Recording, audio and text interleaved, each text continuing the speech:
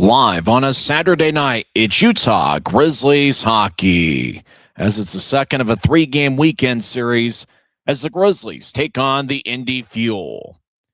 Hi, everybody. Welcome to Utah Grizzlies hockey. I'm Tyson Whiting. Utah is looking for a little bit of revenge tonight, as last night the Indy Fuel got a 4-1 victory. Indy scored 1 goal in the first and 3 in the second. Grizzlies got a goal from Matub Walar, 7:50 into the second period, assisted by Mike Gillette. Indy outshot Utah 35-21. Fuel were 1 for 3 on the power play. Utah was 0 for 2. So we'll see if the Grizzlies can get a little bit of revenge tonight. Despite the 4-1 loss, Matub Walar and Luke Antonacci were each a +1 for the Grizzlies. Utah only had 21 shots in last night's game. Leading the way was Ryan Rosbrough in his professional debut. Last night was the pro debut for 3 different forwards, Cy Leclerc, as well as Ryan Rosbrough and Ryan Taylor. And it was also the first time for Rylan Kovacevic on the ice since November 15th. So it was great to see Kovacevic wearing number 15 for the Grizzlies last night. He's expected to be in the Grizzlies lineup this evening. For what we could tell, it's the same goaltending matchup as what we had last night.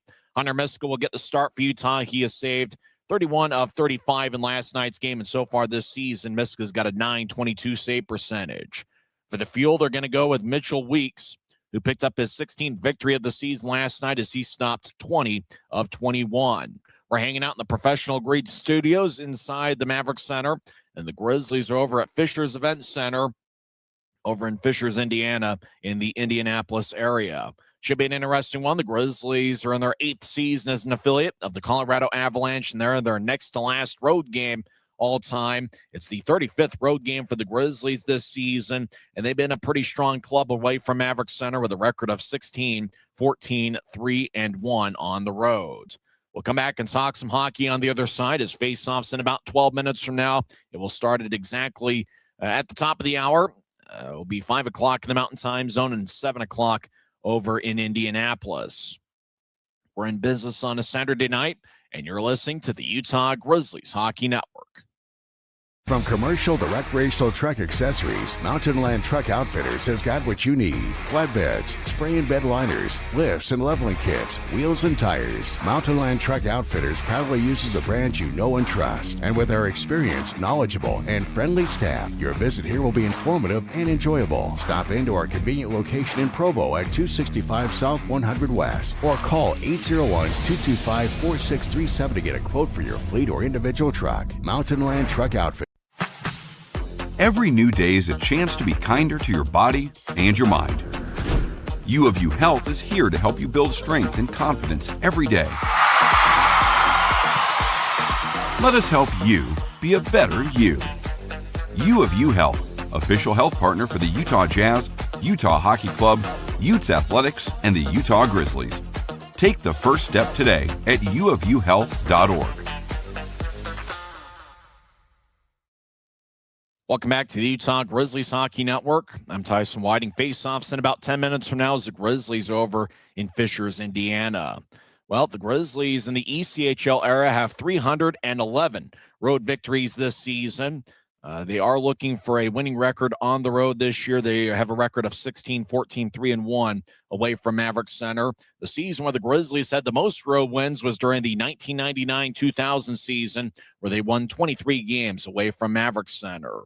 In the first year of the Grizzlies in the state of Utah, that was the year the Grizzlies won the 1996 Turner Cup Championship, and in the 95-96 season, Utah had 22 road wins. There are 4 different seasons where the Grizzlies had 19 road wins, and that was the 97-98 season. They also won 19 road games during the 2001-02 season. And that was the year with the 2002 Olympics, where the Grizzlies were on the road for pretty much a month while the Olympics were in town. The 2010-2011 Grizzlies won 19 road games, as did the division championship club back in the 2021-22 season.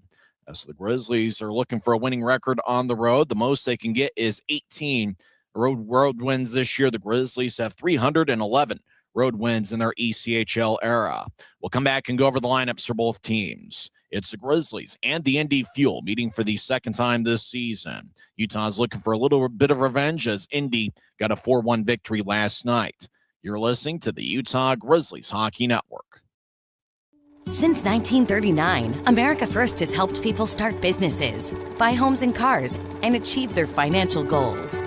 Today, our top priority is still the financial success of you and your family, which is why we're giving new members $100 when they sign up for a basic savings and checking account, and another $100 when they upgrade to premium checking and enroll in and use direct deposit. So head to americafirst.com today and join the credit union that always puts its members first.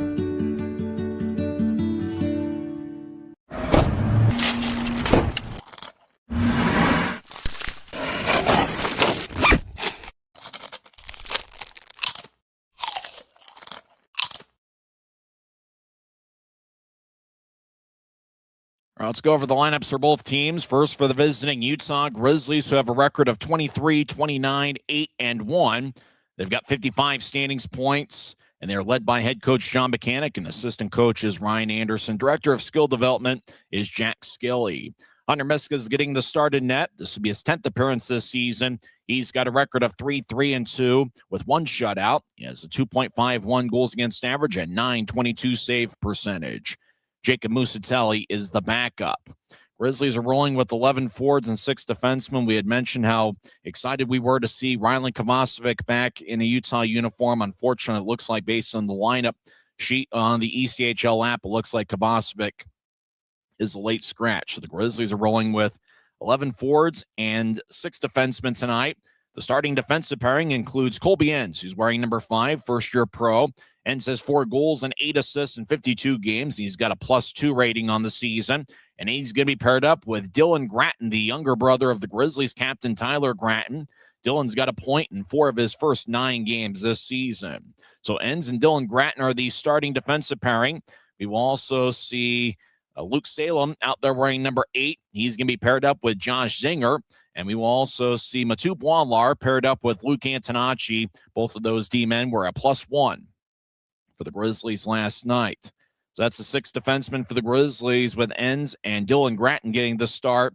The starting forwards are Utah's top forward line on John Mechanic's lineup sheet, and it includes Cy Leclerc making his second professional appearance. He played the last 4 seasons at the University of New Hampshire. He's going to be lined up next to Evan Friesen, who is second on the club with 20 goals this season. Friesen, a first-year pro, played with the Wenatchee Wild the last couple of years. And Reed Lepster is also in the starting lineup. He is second in the league with 30 goals this season, and he's among league leaders with 200 shots on goal.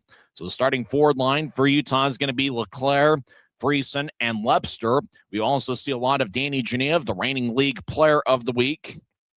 He'll be wearing number 26. He is second in the league with 63 points this season. He's also tied for second in the league with 40 assists. And he's going to be out there with Luke Manning, who's got 7 goals and 16 assists in 42 games. And with the odd number of forwards, the Grizzlies are going to mix and match the forward lines quite a bit here this evening. Nicholas Nemo is also going to be in the lineup. Not a starter, but he's making his 5th appearance this season. We also see Ryan Rosborough, who led Utah with 3 shots last night. He'll be wearing number 22. John Gillette's appeared in every game for the Grizzlies this season, as this will be his 62nd appearance. He's got 10 goals and 9 assists on the year. Ryan Taylor is going to be wearing number 44. It's his second pro game. Mike Gillette picked up an assist on the Boislar second period goal last night. He'll be wearing number 91. And Mikey Colella is also going to be in the Grizzlies lineup. This will be his 29th appearance this season. Mikey has 2 goals and 3 assists on the year. So that's the forwards for the Grizzlies. Scratches for Utah, and there's a few of them here this evening. Goaltender Anson Thornton, as well as defenseman Robbie Stucker, as well as other D-men Sage Weinstein, Noah Gansky, and Andrew Noel. The forward scratches are Stepan Timofeyev, Riley Connors, Rylan Kovacevic, who appeared in the game for the first time in 4 months last night. Yaroslav Yevdokimov's also out, as well as the captain, Tyler Gratton. So that's the lineup for the Utah Grizzlies. And when we come back in 15 seconds, we'll go over the lineup for the Indy Fuel. We're in business on a Saturday night, and you're listening to the Utah Grizzlies Hockey Network. Maverick's new bean-to-cup machines always deliver a freshly ground cup of coffee on demand, so you can enjoy any of our premium roasts at their best, day or night, hot or iced. Enjoy a fresh cup today. Welcome back to Utah Grizzlies Hockey. I'm hanging out in the Professional Green Studios inside Maverick Center. Starting goaltender for the Indy Fuel, who have a record of 29-21, 8-1 this season. Fuel have 67 standings points as they're in third place in the Central Division. It's their 32nd home game this season. They are 14-12, 4-1 at the friendly confines of Fisher's Event Center. Indy is affiliated with the Chicago Blackhawks and the Rockford Ice Hogs. The starting goaltender for Indy is Mitchell Weeks, who picked up a victory last night. He's got an AHL contract with Rockford. He is 6'3" and 187 pounds. This will be his 36th appearance this season. Weeks has a record of 16, 12, and 5. He has a 2.45 goals against average and .905 save percentage. Ryan Ouellette, for the second straight night, is the backup. The starting defensive pairing includes Will Ennis, who is 6'3" and 210 pounds. He has 1 goal and 3 assists in 53 games. He'll be wearing number 2, and he's going to be paired up with Lane Brockhoff, who had 1 assist last night. Brockhoff is making his second appearance. He's native of Edinburgh, Alberta, and he's a pretty big guy at 6'1" and 207 pounds. The other D-men for Indy will include Christian Berger, who had 2 assists last night. He's a native of St. Louis. Chris Cameron's the Indy captain. He's a big guy at 6'4" and 229 pounds. Matt Petgrave leads the Fuel with 40 points this season. He has 10 goals and 30 assists. And Trevor Zins is in his second stint as a Fuel's defenseman. Zins played previously with Idaho, as well as this season played some games with the Greensboro Gargoyles. So that's the 6 defensemen tonight, with Brockhoff and Ennis getting the start. Starting forwards for Indy include Jaden Joseph, number 7. He's native of Sherwood Park, Alberta. Joseph, wearing number 7, has 10 goals and 12 assists on the season. Alex DePaulo scored a second-period goal last night. DePaulo has 4 goals and 5 assists in 44 games. And also in the lineup for Indy is Cody Lascasi. He did not play in last night's game, but Lascasi has 10 goals and 16 assists and a +5 rating in 48 games. And so that's the starters for Indy: DePaulo, Joseph, and Lascasi. We will watch out for Trevor Weiss, who was just a recent addition to the Indy squad. He has 2 goals in 5 games with Indy. He's got an AHL contract with the Chicago Wolves. Jesse Tucker and Jason Ahern are going to be lined up with him. Ahern made his professional debut last night and scored what turned out to be the game winner 39 seconds into the second period. Owen Robinson's going to be on a forward line with Lee Lapide and Eric Martin. Lapide had 1 goal and 1 assist last night. Michael Marqueson scored a second-period power play goal, redirecting a Trevor Zinn shot last night. Marqueson will be lined up with Jordan Martin and Dustin Mans. 20 minutes are put on the scoreboard clock, and we do ask for quite a bit of patience, as unfortunately we are at the mercy of this video feed. So there's not a whole lot. There's going to be a lot of stuff that we're going to miss, and there's not a whole lot we can do about it except for try to do the best we can with what we're given. It's Margaritaville night over in Indy, and I believe the Fuel are wearing specialty jerseys for the occasion, and hopefully the jerseys have numbers that we can spot pretty easily on this remote feed.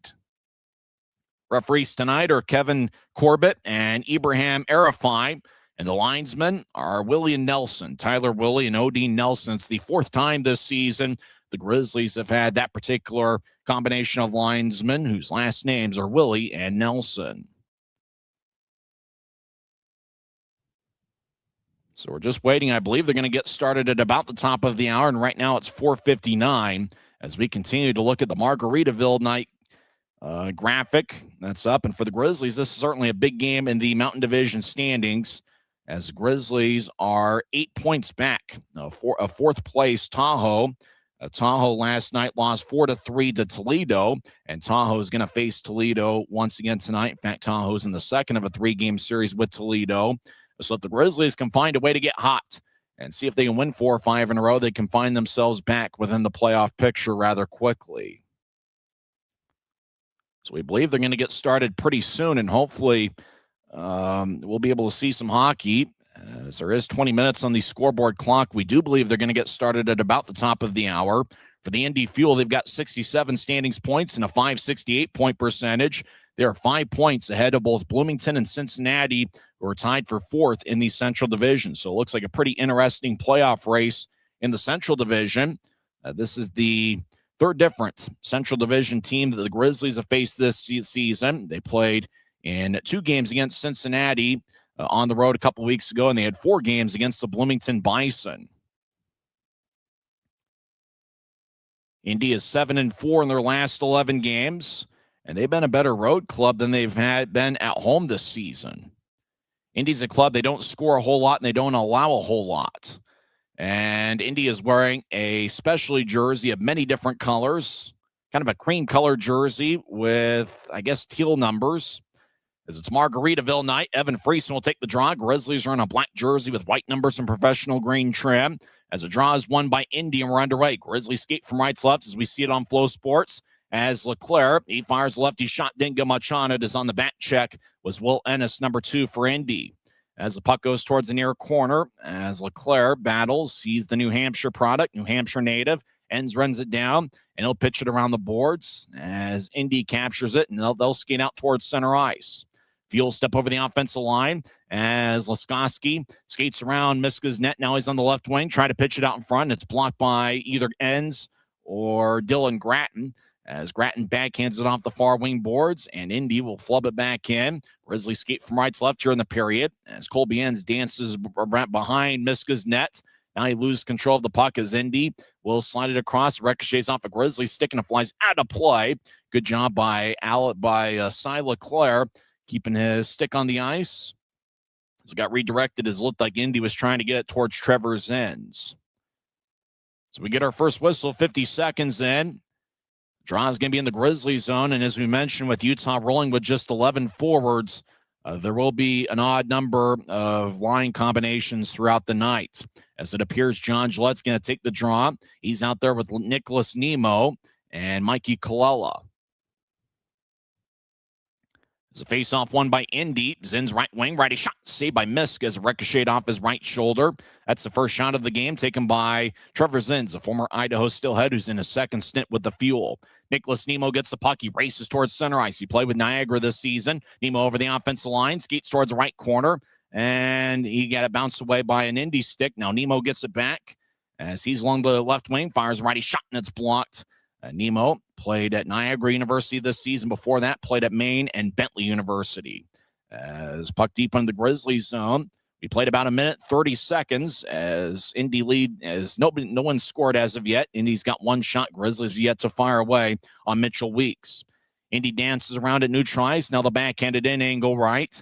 Now they feed it to the right corner. Fuel, sharp angled shot hits the side of the net. Miska might have gotten a piece of it. It's not credited as a shot according to the score bug. Grizzlies still in their own zone. Reed Lobster will slide it across looking for Mikey Colella. Glanced off a Colella stick as Luke Manning delivers a push on a Fuel skater, and that's number 10, Jason Ahern, when his professional debut last night, scored 39 seconds into the second period. That gave India a 2-0 lead as Blahlar fires away from the left point. That's blocked. Now down the middle of the ice, lefty shot, and saved by Weeks as Danny Genev. The puck just kind of drifted about 5 feet in front of the crease. Genev was in the right place at the right time, but it was blocked away by Mitchell Weeks, and the puck went out of play. There's 17:53 left in the first. But boy, Danny Genev, he always seems to be in the right place at the right time. Puck just kind of drifted in front of the crease, and Genev fired away, but Mitchell Weeks made a pretty good save. Luke Manning will take the draw. It's an offensive zone face-off for the Grizzlies in the right circle. They skate from right to left during the period. As Indy takes the puck, as they win the face-off, they'll loop it ahead towards center ice. Indy steps over the offensive line, angle right. Now Blahlar will pitch it ahead. Puck at neutral ice, Indy in control. Still no score, 2:22 in. Miska behind his net gets it towards Blahlar. Scored Utah's lone goal last night. It was his first ECHL goal. He had 3 goals in the SPHL level and 6 in 3 years in the Federal League. Grizzlies bouncing off the Lepster skate. Puck goes towards the left corner. As Lepster's second in the league with 30 goals. Looks like he's got an A on his black sweater tonight, as does Luke Manning, and I believe Luke Salem. As Indy skates in, shot and a score. As Indy fired a sharp angled shot from the left side. There was some loose change out in front, and with 17:08 left in the first, it's Indy 1, Utah 0. Couldn't quite tell who ended up getting the goal as the fans start their celebration in Indy. And it's a very basic celebration where they just raise their arm one after another. The camera focuses on Matt Petgrave. It's a shot was taken from the left side, ricocheted on Miska, and then it looked like getting the goal was Eric Martin. As just a little bit of change out in front and a little bit of traffic on towards Miska. We saw Genev get pushed into Miska, and I wonder if they're going to take a look. Remember yesterday in the second period, Indy had a goal that was disallowed as they pushed a Grizzly into Miska, and that looks like a pretty similar case. They are going to take a look at it. As referee Kevin Corbett is taking a long look at the tablet. This could be goaltender interference and could wipe out the Indy goal. As we did see in front of the crease, a fuel skater pushed a Grizzly, and I think it was Genev, pushed Genev into Miska. And then, about a second after Genev made contact with Miska, puck crossed the goal line. So if they call it the exact same way, it's a different referee tonight. There was one referee tonight, two this evening, or one referee last night, two referees this evening, and it's a different officiating crew. Maybe they'll interpret it differently. If they interpret it exactly like they did last night, it should be no goal, and it should still stay a scoreless game based on how they call that goaltender interference last night, where a field player pushed a Grizzly into Hunter Miska. As it looks like a pretty good Saturday night crowd. Very few empty seats over at Fisher's Event Center. It's Margaritaville night. And the field are wearing specialty jerseys of colors that really don't fit the black, red, and yellow. We have no goal. Goaltender interference. As referee Kevin Corbett, and apparently he's got a ref mic. I don't hear any of the sounds over in Indy, but for the second straight night, goaltender interference is wiped out an Indy goal. And based on what we saw last night, that is a good call. As a fuel skater threw Genev into Hunter Miska. It looks like some of the fans in Indy are giving the referees their report card, and it doesn't appear to be a passing grade. But it's still scoreless. Grizzlies, it was a good call based on what we saw last night. Goaltender interference as Indy pushed a Grizzly into Hunter Miska for the second straight night. As Indy's got two shots, Grizzlies have one. We're scoreless about 3 minutes in. On the ice is Ryan Taylor and Ryan Rosborough in their first shift of the game. It's each their second pro games. Rosborough led Utah with 3 shots last night. As Mike Gillette over in the near corner, as the Grizzlies are still in their own zone, as Colby Enns will slice one ahead. It goes past Rosborough all the way down as Indy will tattoo it off the near boards. As Ryan Taylor, he gets it ahead looking for Mike Gillette, who got a stick lifted. Fuel back in control.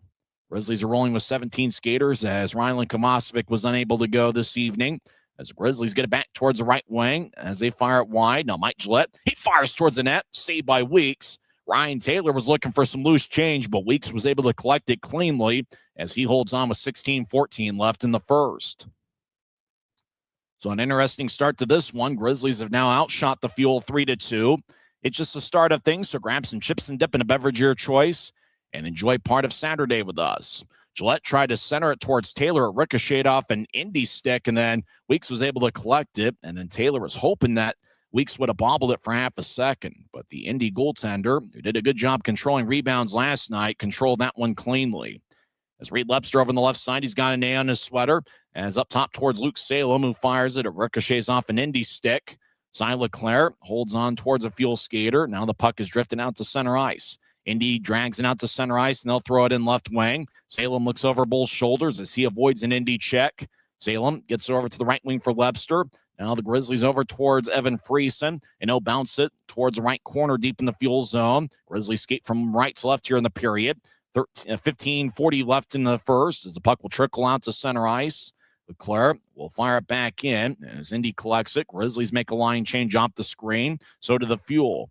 As Chris Cameron, the Indy captain, he'll fire it in, and the arm is raised by both linesmen, Willie and Nelson. So icing is on the Fuel with 15:28 left in the first.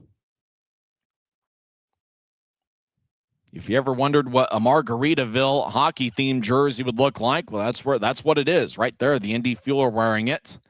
kind of a basic jersey until you get to the shoulders, and it's got kind of, I guess, Margaritaville type of logos and things. I think it's a league-wide promotion that not every team's doing, but some of the teams in the league are having a Margaritaville night.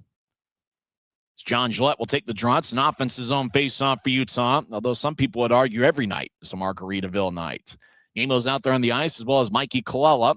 As a draw won by Utah, Boileau left point. He fires towards the net, saved by Weeks. Now Mikey Colella, sharp angled shot, saved by Weeks again. Antonacci gets it on the right side. He pedals towards his left. He's now in the high slot, dangling back and forth. Antonacci skates towards the left circle. He takes a righty shot, saved by Weeks. And he holds on, but good passing by the Grizzlies. And good job by Antonacci staying patient, getting himself towards the left wing and firing away. And Mitchell Weeks was able to make a routine save. But the Grizzlies were able to get some offensive zone time there. There's now 15-13 left in the first. So fans over in Indy are having a good time. And it's impossible to not have a good time on Margaritaville night. So it's another offensive zone draw for Utah. John Gillette will take the draw. He's out there with Mikey Colella. As we're going to see a lot of Mikey Colella tonight. He's certainly earned the ice time with his effort. As Gillette takes a spill at the faceoff circle, and Indy, they'll loop it ahead. It's gloved and dropped by Boileau. Feeds it between his legs. Now the puck goes back towards John Gillette. He's played in all 62 games this season. He fires it wide. Now Colella gets the rebound. Lefty shot. Saved by Weeks. And he holds on with 14:58 left in the first. Gillette was at center ice, and he was in the middle of the ice. He just kind of fired it wide on Weeks. Colella retrieved after the puck. He got it and had a grade A chance. But Mitchell Weeks was able to make the stop. So the Grizzlies have a 6-2 advantage in the shot count here in the first 5 minutes and 2 seconds. And, the Grizzlies only had 21 shots in all of last night's game. Indy's a club. It's tough to get good scoring chances on them. So Grizzlies win the draw. Enns gets it in deep as the puck goes towards the left wing. Genev throws it behind the net as Manning battles with two fuel skaters. Friesen in the area as well, as Friesen gets held up by Trevor Zenz. Petgrave has a headlock on Luke Manning, as Manning tries to break free of Petgrave. As Manning loses his stick, Petgrave had it. As Indy gets towards center ice, Lee Lapide will shovel it ahead. Fuel over the offensive line, still no score. 5.5 minutes in, as Grizzlies towards the far corner of their own zone. Manning gets pushed in the back, ends as well. Now Gratton will slide it towards Genev, the Penn State product. In fact, Genev and both Gratton brothers were teammates at Penn State for a year. As Genev gets around one skater, looked like one of the officials kicked it with their skate. As Indy skates in on side, Dylan Gratton, he does a bit of a half circle. Now he outlets it past Genev, and it goes all the way down deep into the field zone. As it looked like Friesen was battling with Cameron as the puck goes back towards Indy. Christian Berger had 2 assists last night. He's a plus 16 on the year. He'll lob it ahead towards the right wing. It goes past everybody. No icing, though, as Indy was able to get behind Luke Salem. Puck goes up top right point. Cameron, he fires towards the net, and it's blocked by Rosborough. Ryan Rosborough wearing number 22, which was worn by Neil Shea earlier this season. As Indy, left wing, fire righty shot, saved by Miska. Now the Fuel get it back. Indy gets it back up top, left point.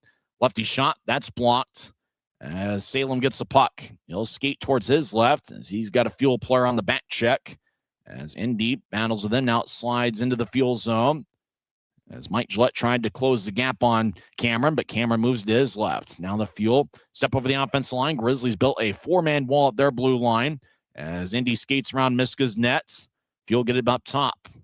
And now towards the left wing, dangling back and forth, left circle, lefty shot, saved by Miska.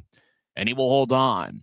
12:58 left in the first period. Indy had a goal disallowed due to goaltender interference. That's the second straight night where they've had that happen. Still no score. Grizzlies have outshot the Fuel 6-3. This is the Utah Grizzlies Hockey Network. From commercial to recreational truck accessories, Mountain Land Truck Outfitters has got what you need. Flatbeds, spray and bed liners, lifts and leveling kits, wheels and tires. Mountain Land Truck Outfitters proudly uses a brand you know and trust. And with our experienced, knowledgeable, and friendly staff, your visit here will be informative and enjoyable. Stop into our convenient location in Provo at 265 South 100 West or call 801-225-4637 to get a quote for your fleet or individual truck. Mountain Land Truck Out. Every new day is a chance to be kinder to your body and your mind. U of U Health is here to help you build strength and confidence every day. Let us help you be a better you. U of U Health, official health partner for the Utah Jazz, Utah Hockey Club, Utes Athletics, and the Utah Grizzlies. Take the first step today at uofuhealth.org. There's 12 minutes and 58 seconds left in the first period, and there's still no score. Grizzlies have a 6-3 shot advantage over the Fuel. So faceoff's going to be in the Grizzlies zone. Hunter Miska has been a strong addition to the Grizzlies. Remember, he had a 32-save shutout against Cincinnati on March 14th. As a draw won by Utah, as Boilar gets pushed down. Grizzlies had 2 power plays in last night's game. They were 0 for 2. As Indy throws it ahead, it ricochets off of Frieson's stick. Now the puck slides towards the right corner of the Grizzlies zone. Antonacci nudges it. As Indy dancing back and forth behind Miska's net. Now they'll slide it up top left point. As the Fuel get it back in deep. Puck around the boards as the Grizzlies, Evan Friesen gets the puck at center ice. As Friesen tried to get around one Fuel skater, as Friesen's out there with Leclerc and Reed Lebster. As the puck around towards the left point. Dylan Gratton moves it ahead. Gratton's got a point in 4 of his first 9 games as a pro. Leclerc gets there about the same time as a Fuel skater. As Lebster gets pinned to the boards. Lebster in the top 10 in the league in shots on goal. He had 200 coming into play tonight. As Fuel out towards center ice. A good shoulder check by Dylan Gratton, and the puck goes into the Fuel bench and out of play. As there's now 12:08 left in the first.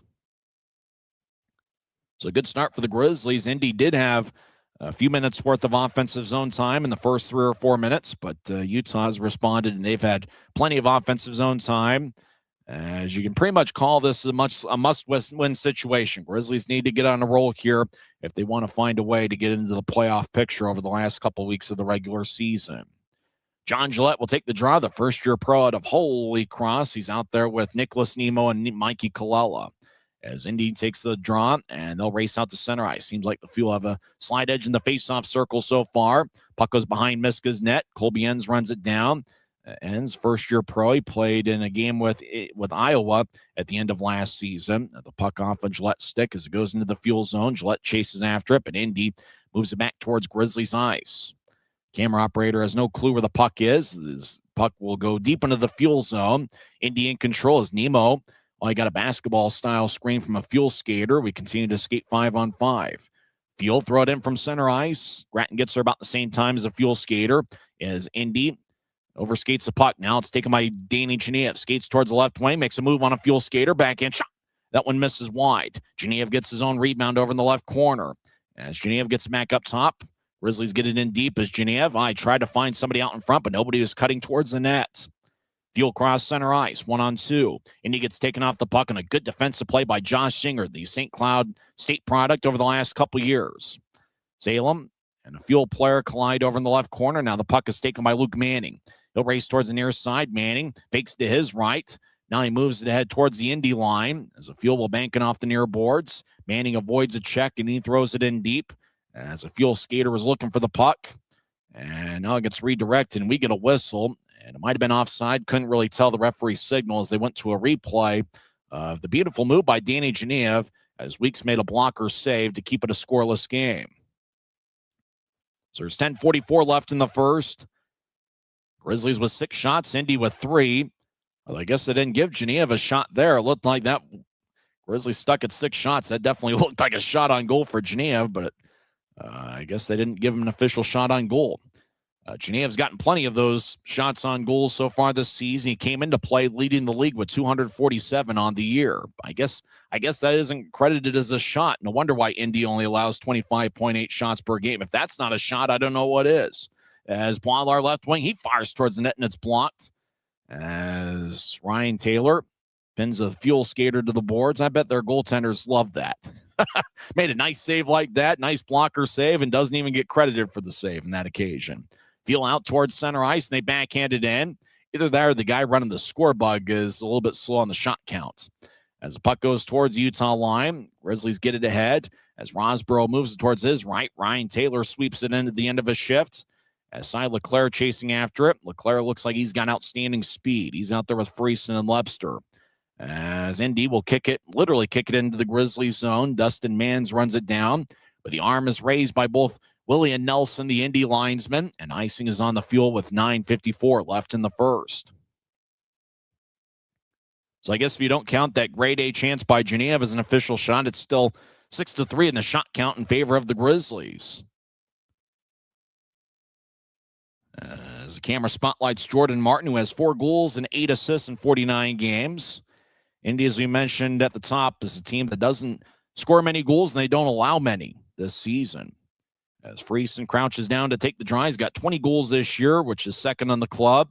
Reed Webster has 30 goals this season. Webster's the 13th different Grizzly, and it's the 14th different time the Utah has had a 30-goal score this season. Grizzlies fire away from the left point wide. Now Webster trying to get towards Friesen, pass around him as Leclerc hustles after the puck and he gets pushed to the boards. Now Friesen in the left corner cycles it around, but it cycled slowly, and Indy was able to come up with it. Now to the right wing, ends with a sharp angled shot, and Weeks might have gotten with his right pad. Grizzlies towards the right goal line. Now Webster tried to slide it towards Friesen. Puck ricochets off a couple sticks, and Weeks is able to collect it in the crease. He will cover the puck as there's 9:24 left in the first, and the Grizzlies will have some more offensive zone time on the next faceoff. Mitchell Weeks, we had mentioned he had an AHL contract with the Rockford Ice Hogs. Weeks is 24 years old, and he's got good size at 6'3" and 187 pounds. John Gillette will take the draw. Boy, Gillette, I got a feeling he's going to take a ton of the key faceoffs here this evening as he takes a draw with Alex DiPaolo. As a draw won by Indy as they'll slide it ahead. Fuel pitching out to center ice. Puck hipping up towards the center red line. Nemo in the area along with Josh Singers. The puck goes back towards Indy at their blue line. As Indy spreads the ice, Kalala gets tripped up, no call. We've been skating 5-on-5 this whole time. Indy over the offense line, right wing, as they try to get their way towards the corner, and Salem throws Indy towards the boards. Grizzlies have a little bit more jump to their step here this evening as Utah gets it towards the near wing. As Kalala gets pinned to the boards, Salem looking nearby. As Grizzlies will move it out to neutral ice and goes deep into the fuel zone. Indy chases after it, getting it's Matt Petgrave, who leads the Fuel with 40 points this season. Fuel enter from the left wing 2-on-2. Left point, lefty shot, saved by Miska as he crouched down towards his right to make the stop. As play continues, as Lee Lapide gets the puck, arm is raised by the referee. Who's it going to be on? Manning had lost his stick. As Lee Lapide, and really it was once Indy touched the puck that the whistle blew. So I believe it's going to be a Utah power play. As the camera spotlights Lapide, doesn't look like he's going to the penalty box. He's going towards his bench, but it looks like it's going to be Utah power play. Slashing's the call. And the penalty's on Eric Martin, number 88. As Manning had lost his stick. And the call was made as Manning was trying to skate away from Martin, and Martin just kind of chopped the stick away from Manning's hands. So Eric Martin gets 2 minutes for slashing as there's 8:29 left in the first period. Utah has outshot Indy 6-3, but they didn't count the Geneva grade A backhand shot that was blocked away by Mitchell Weeks. Friesen will take the drives out there with Reed Webster and Luke Manning. Draw one by Utah as Luke Salem will run back into his own zone and get the puck. Now Salem will stop behind Miska's net. Salem quarterbacking this power play unit, replacing Aiden Hansen-Bukata, who earlier this week was reassigned, or actually was loaned to the AHL's Colorado Eagles. As Webster gets the puck in the right wing, gets to the middle of the ice for Salem. Lefty shot, saved by Weeks. Rebound. It looked like Geneva tried to get the second look, but couldn't get a shot off. Geneva gets it up top. Manning over to Webster just outside the right circle. It feeds to the right goal line for Geneva. Back up top, Salem over to Webster. Pitches it back to Geneva, right circle. And now over to Webster, but it goes past him off the boards. Webster gets it back. He throws up top to Salem, who keeps it in. Across to Geneva, who dishes his left for Webster. Webster skates towards the left circle, tried to backhand it. Ricochets off an Indy stick. Salem throws it towards Webster, gets pinned to the boards. Manning joins the play. He'll cycle it ahead towards Friesen. Now Geneva in the right circle gets it. He's got 20 power play assists this year. Over to Webster in the left wing. He'll switch places with Salem As Lepster feeds to Geneva in the right circle, back up top to Lepster. Lepster back to Geneva. One-timer saved by Weeks. Rebound goes towards Indy, and they clear it out. Well, it looked like Manning got cross-checked in the back a couple times. He's kind of taken over that role of Tyler Gratton.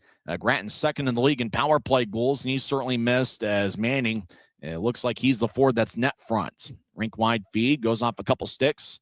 Utah stops and neutralize as they want to re-enter with a little bit of momentum. Grizzlies did make a line change. Ends try to get his way around a fuel skater, and Indy throws it back towards the Utah blue line.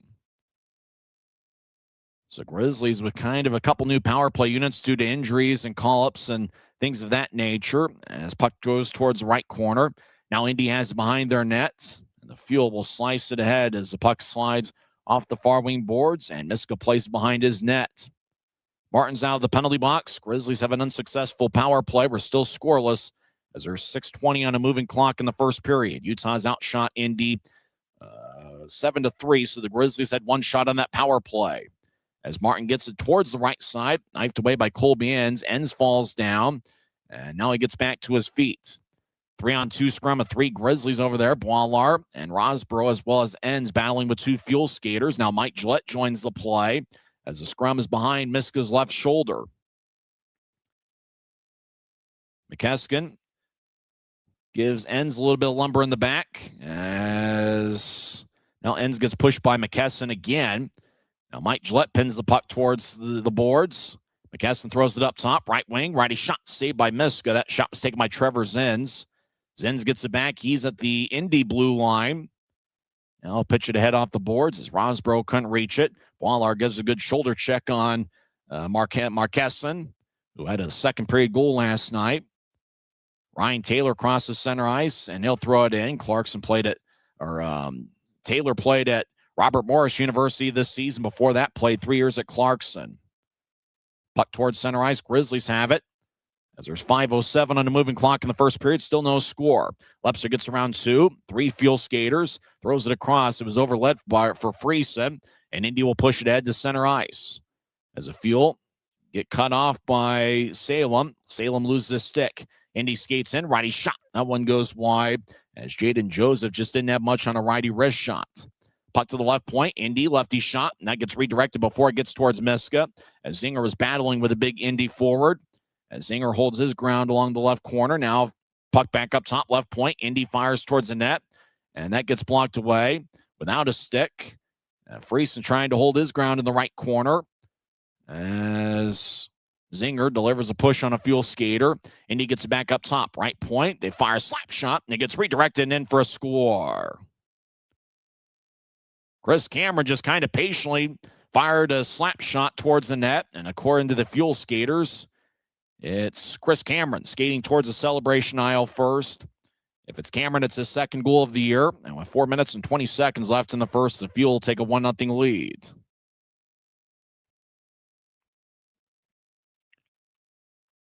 Well, there was quite a bit of traffic out in front of Miska. And it looked like the Grizzly goaltender didn't quite have good vision on it. They show a replay as Cameron fired it. Well, it got redirected by somebody. Was it Salem's stick or was it somebody? It looked like a Fuel player was just kind of skating on a drive-by in front of the net. As I can't really tell if it got the stick of one of the Fuel skaters in front of the crease. But nevertheless, it's a 1-0 Indy lead with about 4 minutes left in the first period. As John Gillette gets pushed down behind Indy's net. Grizzlies skate from right to left during the period. Indy over the offensive line, 2-on-2. Trevor Zenz will slide it towards the right corner. Zenz played against the Grizzlies many times as a member of the Idaho Steelheads. As Mikey Colella races towards the middle of the ice. He crossed the center red line, tried to push it ahead. It was immediately taken by Indy just outside their blue line. Fuel re-enters. They skate towards the right side, now towards the corner. As a Fuel fired around Miska's net. Now Indy gets back up top. As we believe that's Lane Brockhoff, number 27, gets it back in deep. As looked like Nemo, well, he got cross-checked right in the back by Trevor Weiss. No call as Weiss will skate towards the bench. 3:25 left in the first. As Boilar moves ahead, Grizzlies make a line change. As Antonacci, he tried to get towards Luke Manning. Indy got a stick in the way. Now Antonacci gets it back. He'll slide it across towards Boilar. And Boilar, as he moves it ahead, and it goes all the way towards Mitchell Weeks, who covers up, and that stops play with 3:07 left in the first. So Utah's going to have an offensive zone draw. Indy leads 1-0 as Chris Cameron fired towards the net. Might have gotten redirected, but doesn't really matter. It's 1-0 Fuel on the Utah Grizzlies Hockey Network. Grisby commutes to work by riding UTA. It gives him time to make friends and relax before arriving to the Maverick Center. But how can Grisby keep enjoying that feeling throughout the entire day? An idea! Utah Transit Authority, proud sponsors of the Utah Grizzlies. There's less than 3 minutes left in the first period as we're back to live action. As just outside the Indy blue line, Boilar fires it in. As Luke Manning skates in from the left wing, trying to get ahead to Geneva. Ricochets off of Geneva's stick on towards Mitchell Weeks, who covers up. There's 2:37 left in the first. And with that, we got a timeout as Indy leads 1-0. This is the Utah Grizzlies Hockey Network.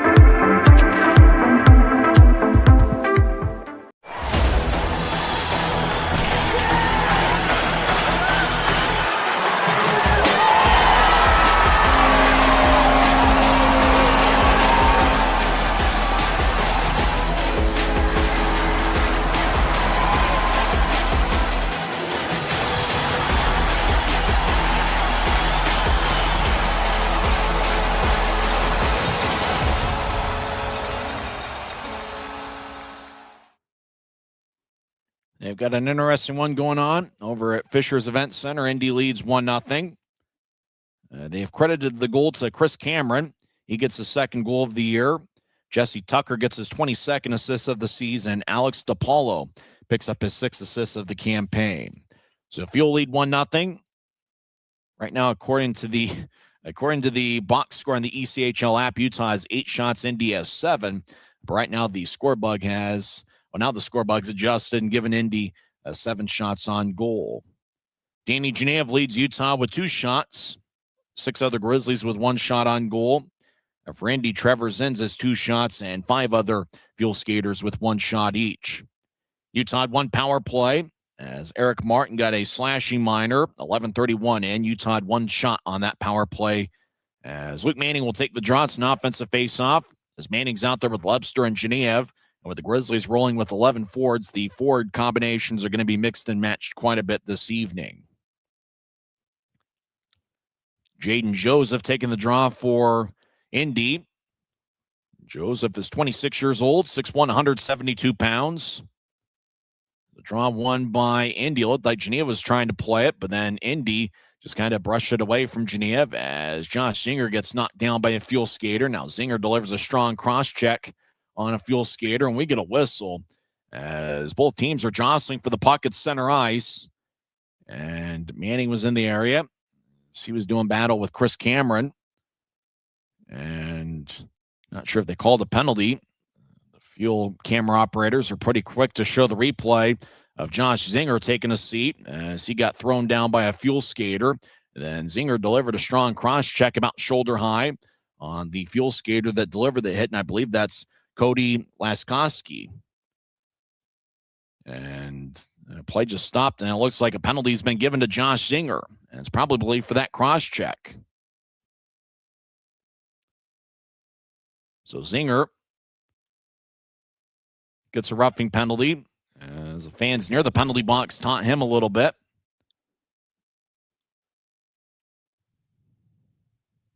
As Josh Zinger gets his first penalty as a professional. Based on the referee's signal, looked like it was 2 minutes for roughing. So it's an Indy power play. Fuel are 14.2% on the power play this year. Grizzlies penalty kill 78.7%. Puck goes up top. Petgrave throws behind his back now towards the right circle as Indy sliced it around the wall. John Gillette hustling after it. Indy gets there a stride ahead of him. So Fuel get it back behind Miska's net. 2-on-2 scrum. Friesen joins the play. Friesen gets a stick lifted as Indy towards the right side as they get it back looking for DePaulo. Now the Grizzlies with the puck. Friesen races down the left wing, steps over the offensive blue, stops along the wall as John Gillette was towards the slot. Now the puck around the boards, and Indy comes out with it. Tyler Weiss, W-E-I-S-S. I mean, there's a baseball manager named Walt Weiss with the same spelling, but according to the Indy pronunciation guide, it's Weiss, a native of Raleigh, North Carolina. As Indy's still in their own zone. 1:10 left in their power play, and 1.5 left in the first period. Fuel lead 1-0 on Chris Cameron's second of the year. As Lebster with the puck, he's got 2 shorthanded goals this season. Grizzlies have been stuck at 5 shorthanded goals for quite a few months now. As Zins has the puck, he's in the left point. So he'll get through a hot pass towards the high slot. Now back towards the lefty shooter, and they misconnected. I believe that's Owen Robinson, number 9. As puck goes up top, Trevor Zins will move to his left. Now he drops back towards the right wing. Lee Lapide fires a righty shot. Glove saved by Miska. And might have redirected off of Miska's glove and gone out of play off the protective netting. As play stops with 41 seconds left in the power play and 1:04 left in the first. As Lee Lapide, he had 1 goal and 1 assist last night. He talks things over with Trevor Zins, as well as Owen Robinson, number 9. Faceoffs over in the right circle as Mathieu Boilard will take the draw as the Grizzlies continue with having defensemen take defense's zone faceoffs on penalty kills. Oddly enough, the defensemen have not won many of those faceoffs. Indy wins it, but it goes out to new tries. Now Indy resets as they'll skate into the attack zone. Left wing, lefty shot saved by Miska. As Indy gets it back, we believe that's Owen Robinson, number 9. Puck goes up top. Zins will go to move it across. And Robinson had to go past him. Lee Lapide just inside or just outside the right circle near the boards. Throws it to Zins. Now it's the left wing back to Lapide. He's in the right circle. Feeds it across. Indy had to stretch out to accept the pass. So they couldn't get a shot off. Now the puck bounces to the right point. Lapide keeps it in. Moves it across. Puck towards the left side. Now up top. Zins fires a righty shot. Saved by Miska. And he will hold on in the butterfly with 26.6 seconds left in the first and 3 seconds left in the power play. So Fuel with a couple good chances on their power play as they've had 2 shots in their man advantage, and Hunter Miska has made a couple big saves. Fuel lead 1-0. Grizzlies have been outshot 9-8. We'll go over the scoring and stats and stories of the first period during the first intermission. We'll also go over some NHL scores as well as scores across the league. The Grizzlies call home as Manning will take the draw against Joseph. Luke Manning, the Air Force and St. Thomas product. Grizzlies win the draws. They'll move it towards the near side. Grizzlies will sell it. Gets a bunch of air under it. No icing. 15 seconds left in the period. As the Fuel push a Grizzly down left point of Indy's zone. Salem gets back to his feet, and he'll throw it in deep. Manning dancing around the left goal line. Tried to feather one across, and it was wide of Reed Lebster. 2 seconds left in the period. Indy runs out of time before they get a shot off as the horn sounds.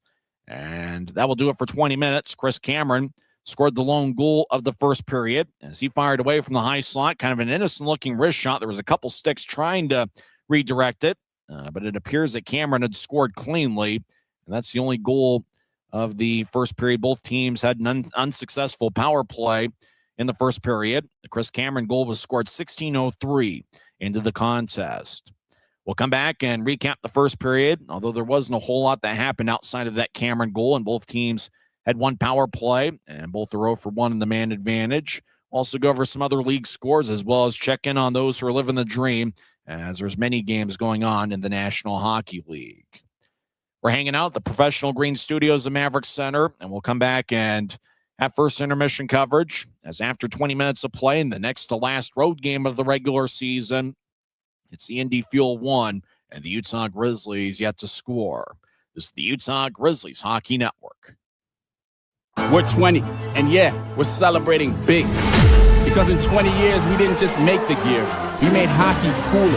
They said we were too loud, too flashy, too different. They told us to tone it down. The Warriors don't tone it down. We go full throttle. And this is just the start. 20 years in and we're just getting warmed up. We're still the brand that makes the gear you can win in, chirping, and partying. And if you thought we were bold before, Just wait. The next 20 years start now. Tonight's game is brought to you by the ECHL, celebrating its 38th season of affordable family entertainment. The ECHL would like to thank everyone in attendance for your support of ECHL hockey.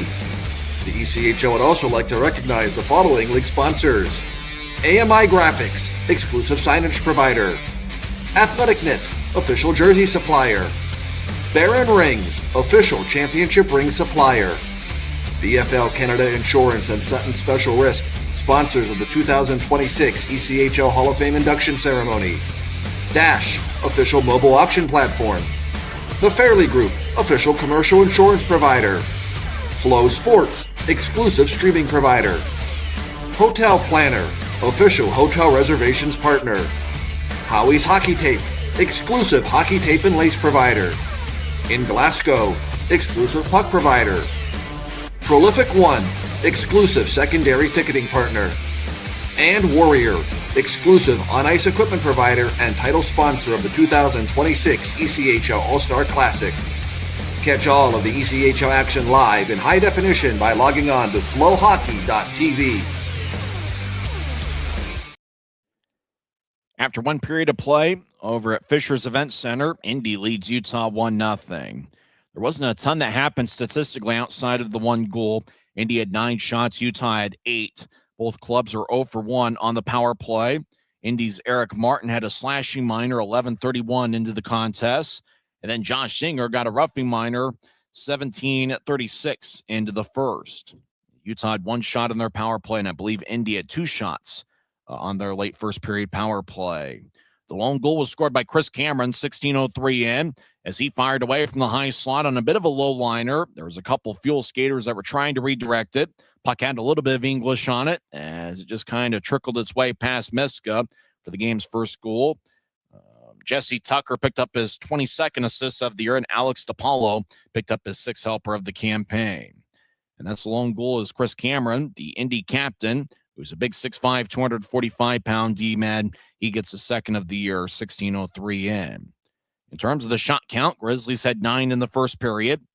Danny Genev had 2 shots, and then 6 other Grizzlies had 1 shot each, including Antonacci, John Gillette, as well as Mathieu Boislar, Ryan Taylor, Mike Gillette, and Mikey Colella.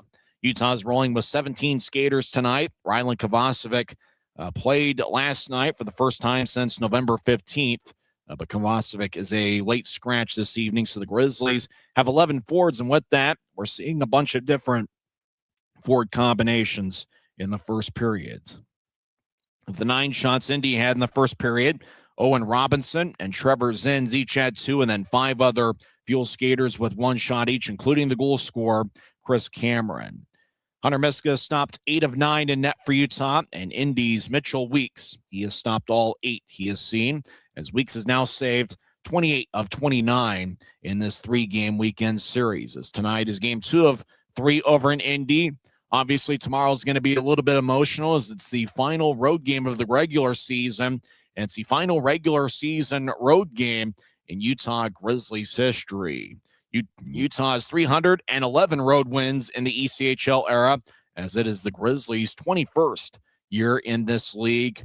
Utah spent 6 seasons in the International Hockey League from 1995 through 2001. Remember, the Grizzlies won the IHL's Turner Cup back in their first season in the Salt Lake Valley in the 95-96 season. The Grizzlies have been a successful road club throughout most of their existence. We'll have some fun facts and talk about the Grizzlies' history on the road tomorrow, and we'll talk about that frequently, as tomorrow's certainly going to be an interesting one. 36th and final road game this season, and it's the final road game ever. The most road wins the Grizzlies had in team history in a single season was at the turn of the century, as they had 23 road wins in the 1999-2000 season. Quite a bit of action in the league. There's already a couple finals. In overtime, Wheeling defeats Trois-Rivières 3-2. Rapid City got a 3-2 win over Kalamazoo. A game-winning goal was scored by Olsen, as Rapid City had goals from 3 different players. The Rush on the road get a 3-2 victory over Kalamazoo. After one period, Maine leads Worcester 2-1. Former Kansas City star Max Andrioff has one of the main goals. After 2 periods, South Carolina leads Allen 3-2. Danny Caddick and Harrison Blaisdell each have a goal for Allen. Rinaldi has 2 goals for South Carolina. Remember, the Allen Americans will be the Grizzlies' opponent next weekend at Maverick Center. It's going to be a Thursday and Sunday series. Former Grizzly Maxim Barbashev didn't register any stats in 40 minutes of play. He's wearing number 11 for Allen. Barbashev wore number 92 for the Grizzlies earlier this season. So that one's an interesting one. South Carolina with a 3-2 lead over Allen after 2 periods. After 1 frame, Adirondack leads Reading 1-0. Florida has a 1-0 lead over Orlando after 20 minutes of play. Also, after 1 period, no score between Greenville and Savannah, but a very busy first period for the law firm of Mastrodonato and Shea. Keaton Mastrodonato's got 4 shots for the Swamp Rabbits. He's wearing number 8. Nil Shea wearing number 27. He's got 2 shots, and he picked up a minor penalty as Shea got a slashing minor, 15-17 into the first. Last week, Nil Shea wore number 4 for the Swamp Rabbits. Now he's wearing number 27 for Chad Costello's crew.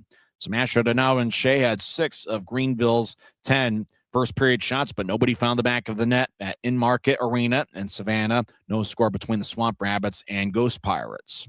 Jeff Carr's Norfolk Admirals have a 1-0 lead as Brady Florent scored 15:50 in. That's Norfolk with a 1-0 lead over Greensboro. Over at Gas South Arena, no score between Jacksonville and Guy Krenz and Jared Youngman's Atlanta Gladiators. Atlanta's 37-19, 2-1 on the year. Grizzlies are big Toledo Walleye fans this weekend as Toledo got a 4-3 victory last night. And with about 7 minutes left in the first period, Tahoe and Toledo are tied at 1. So that should certainly be an interesting one. As right now, Tahoe is 8 points ahead of Utah for 4th place in the Mountain Division standings. It's game 62 of the regular season for the Grizzlies, and it's actually game 60 for Tahoe. So the Night Monsters have a couple games in hand. It's actually game 61 for Tahoe. So the Night Monsters have 1 game in hand over the Grizzlies. And for Utah, obviously, they're hoping to get on a winning streak and see if they can climb back into the playoff race. And they also need Tahoe to drop a few games here down the stretch. 11 minutes are left in the first period. Fort Wayne leads Cincinnati 1-0. Getting underway in about 10 minutes from now, Iowa is at Bloomington. And at 7 o'clock, Tulsa takes on Idaho. Last night, Idaho got a 6-0 victory over the Tulsa Oilers. When we come back, we'll check in on the NHL scores. Last night, the Colorado Avalanche got a 4-1 victory over the Chicago Blackhawks. Colorado is the NHL affiliate of the Grizzlies, and the Blackhawks are the NHL affiliate of the Indy Fuel. The Avalanche are not in action tonight. They will be back on the ice on Sunday morning. It's a Sunday morning, 10:30 start in the Mountain Time Zone as Colorado is at Washington. The Utah Mammoth last night got a 4-1 loss to the Anaheim Ducks. Dylan Gunther scored 1:48 into the contest, and then Anaheim scored 4 unanswered. Mammoth are not in action tonight. Their next game is going to be tomorrow night at 7 o'clock against the LA Kings, and that should certainly be a big one in the Western Conference playoff race. We'll come back and check on tonight's NHL action as after 1 period over at Fisher's Event Center, it's the Indy Fuel getting a goal from Chris Cameron, 16:03 in. Grizzlies still looking for their first goal of the night. You're listening to the First Intermission Report on the Utah Grizzlies Hockey Network. When you pay with the Nitro card at Maverick, you always save 10 cents or more on fuel every gallon, every day. And you could save a whole lot more thanks to Nitro Best Price. Pick up a Nitro card and upgrade your Adventure Club account today. Since 1939, America First has helped people start businesses, buy homes and cars, and achieve their financial goals. Today, our top priority is still the financial success of you and your family, which is why we're giving new members $100 when they sign up for a basic savings and checking account, and another $100 when they upgrade to premium checking and enroll in and use direct deposit. So head to AmericaFirst.com today and join the credit union that always puts its members first.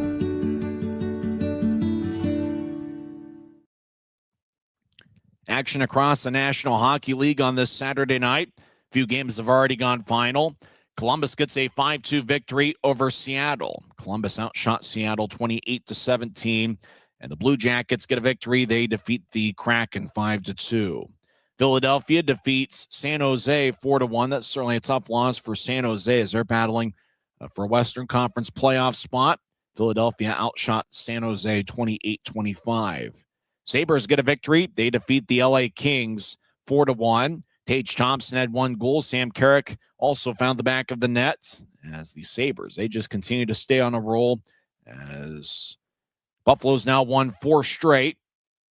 As Buffalo got 1 goal in the second period, 3 in the third, and Buffalo defeats the LA Kings 4-1. In overtime, Minnesota gets a game winner from Vladimir Tarasenko. It's his 20th goal of the season. Quinn Hughes picked up his 63rd assist of the year. That was in overtime, 3:06 in, as Minnesota defeats Dallas 2-1. A couple other finals in the NHL. Nashville defeats Vegas 4-1. Steven Stamkos had 2 goals. Ryan O'Reilly and Tyson Jost also found the back of the net. Shea Theodore had Vegas' lone goal. Also a game that was gone final. Pittsburgh gets a 5-4 shootout win over Winnipeg. And guess who got the shootout game winner? It was Sidney Crosby, who's back from an injury. Crosby with the shootout game winner as Pittsburgh defeats Winnipeg 5-4. Getting underway in a few minutes from now on national TV at 6 o'clock. Boston is at Detroit. And at 8 o'clock, Charles-Edouard Dastu and the Tampa Bay Lightning take on the Edmonton Oilers. Games in progress in the NHL. Late first period, Islanders lead the Canadiens 2-1. Also late first, Tim Stützle scored his 32nd of the year on a power play as Ottawa leads Toronto 1-0. And after one period, no score between the Blues and Canucks. Not many shots in that game. St. Louis with 5 shots. Vancouver has 4. So that's the action across the National Hockey League. When we come back, we'll have second period action over at Fisher's Event Center. For the Grizzlies, it's their next to last road game of the regular season. They've got a tough test as Indy's one of the best defensive clubs in the league. Indy allows just 2.6 goals per game, and they allow just under 26 shots per contest. So scoring chances are going to be tough. Grizzlies did have a pretty good barrage about 7 or 8 minutes into the first period where they were able to get an extended amount of offensive zone time. But really for the Grizzlies, with their speed and playmaking ability, you got to get out and open ice a little bit more and see if they can play a little bit more of what the Grizzlies like to play. You know, if things just kind of get bobbled around and kind of a little bit mucky, that's where you can see it being towards Indy's favor. So for the Grizzlies, they're trying to dictate the terms of how the game is being played. Now the style of play is going to be met. That's one of the things the Fuel, particularly on the road, have done a good job of, is just playing their style of hockey. So we'll see if the Grizzlies can get on the board. Utah only had 1 goal last night, and that was Mathieu Boislar, 7:50 into the second period. So we'll see if the Grizzlies can get rolling offensively. It's going to be a tough test against a good goaltender in Mitchell Weeks and a pretty strong Indy defensive unit. Second period actions on the other side. You've been tuned in to the first intermission report on the Utah Grizzlies Hockey Network. From commercial to recreational truck accessories, Mountain Land Truck Outfitters has got what you need. Flatbeds, spray and bed liners, lifts and leveling kits, wheels and tires. Mountain Land Truck Outfitters proudly uses a brand you know and trust. And with our experienced, knowledgeable, and friendly staff, your visit here will be informative and enjoyable. Stop into our convenient location in Provo at 265 South 100 West or call 801-225-4637 to get a quote for your fleet or individual truck. Mountain Land Truck Outfitters. Every new day is a chance to be kinder to your body and your mind. U of U Health is here to help you build strength and confidence every day. Let us help you be a better you. U of U Health, official health partner for the Utah Jazz, Utah Hockey Club, Utes Athletics, and the Utah Grizzlies. Take the first step today at uofuhealth.org. Les Schwab changed the tire game more than 70 years ago. Today, we still believe you should get more from less. Like more hustle, less hassle. More of the best service around, less of the runaround. because we include America's best tire warranty in every tire we sell. So you get more unbeatable warranty, less charging you extra. It's why we're more than proud to say, you get more from less. Grisby commutes to work by riding UTA. It gives him time to make friends and relax before arriving to the Maverick Center. But how can Grisby keep enjoying that feeling throughout the entire day? An idea! Utah Transit Authority, proud sponsors of the Utah Grizzlies.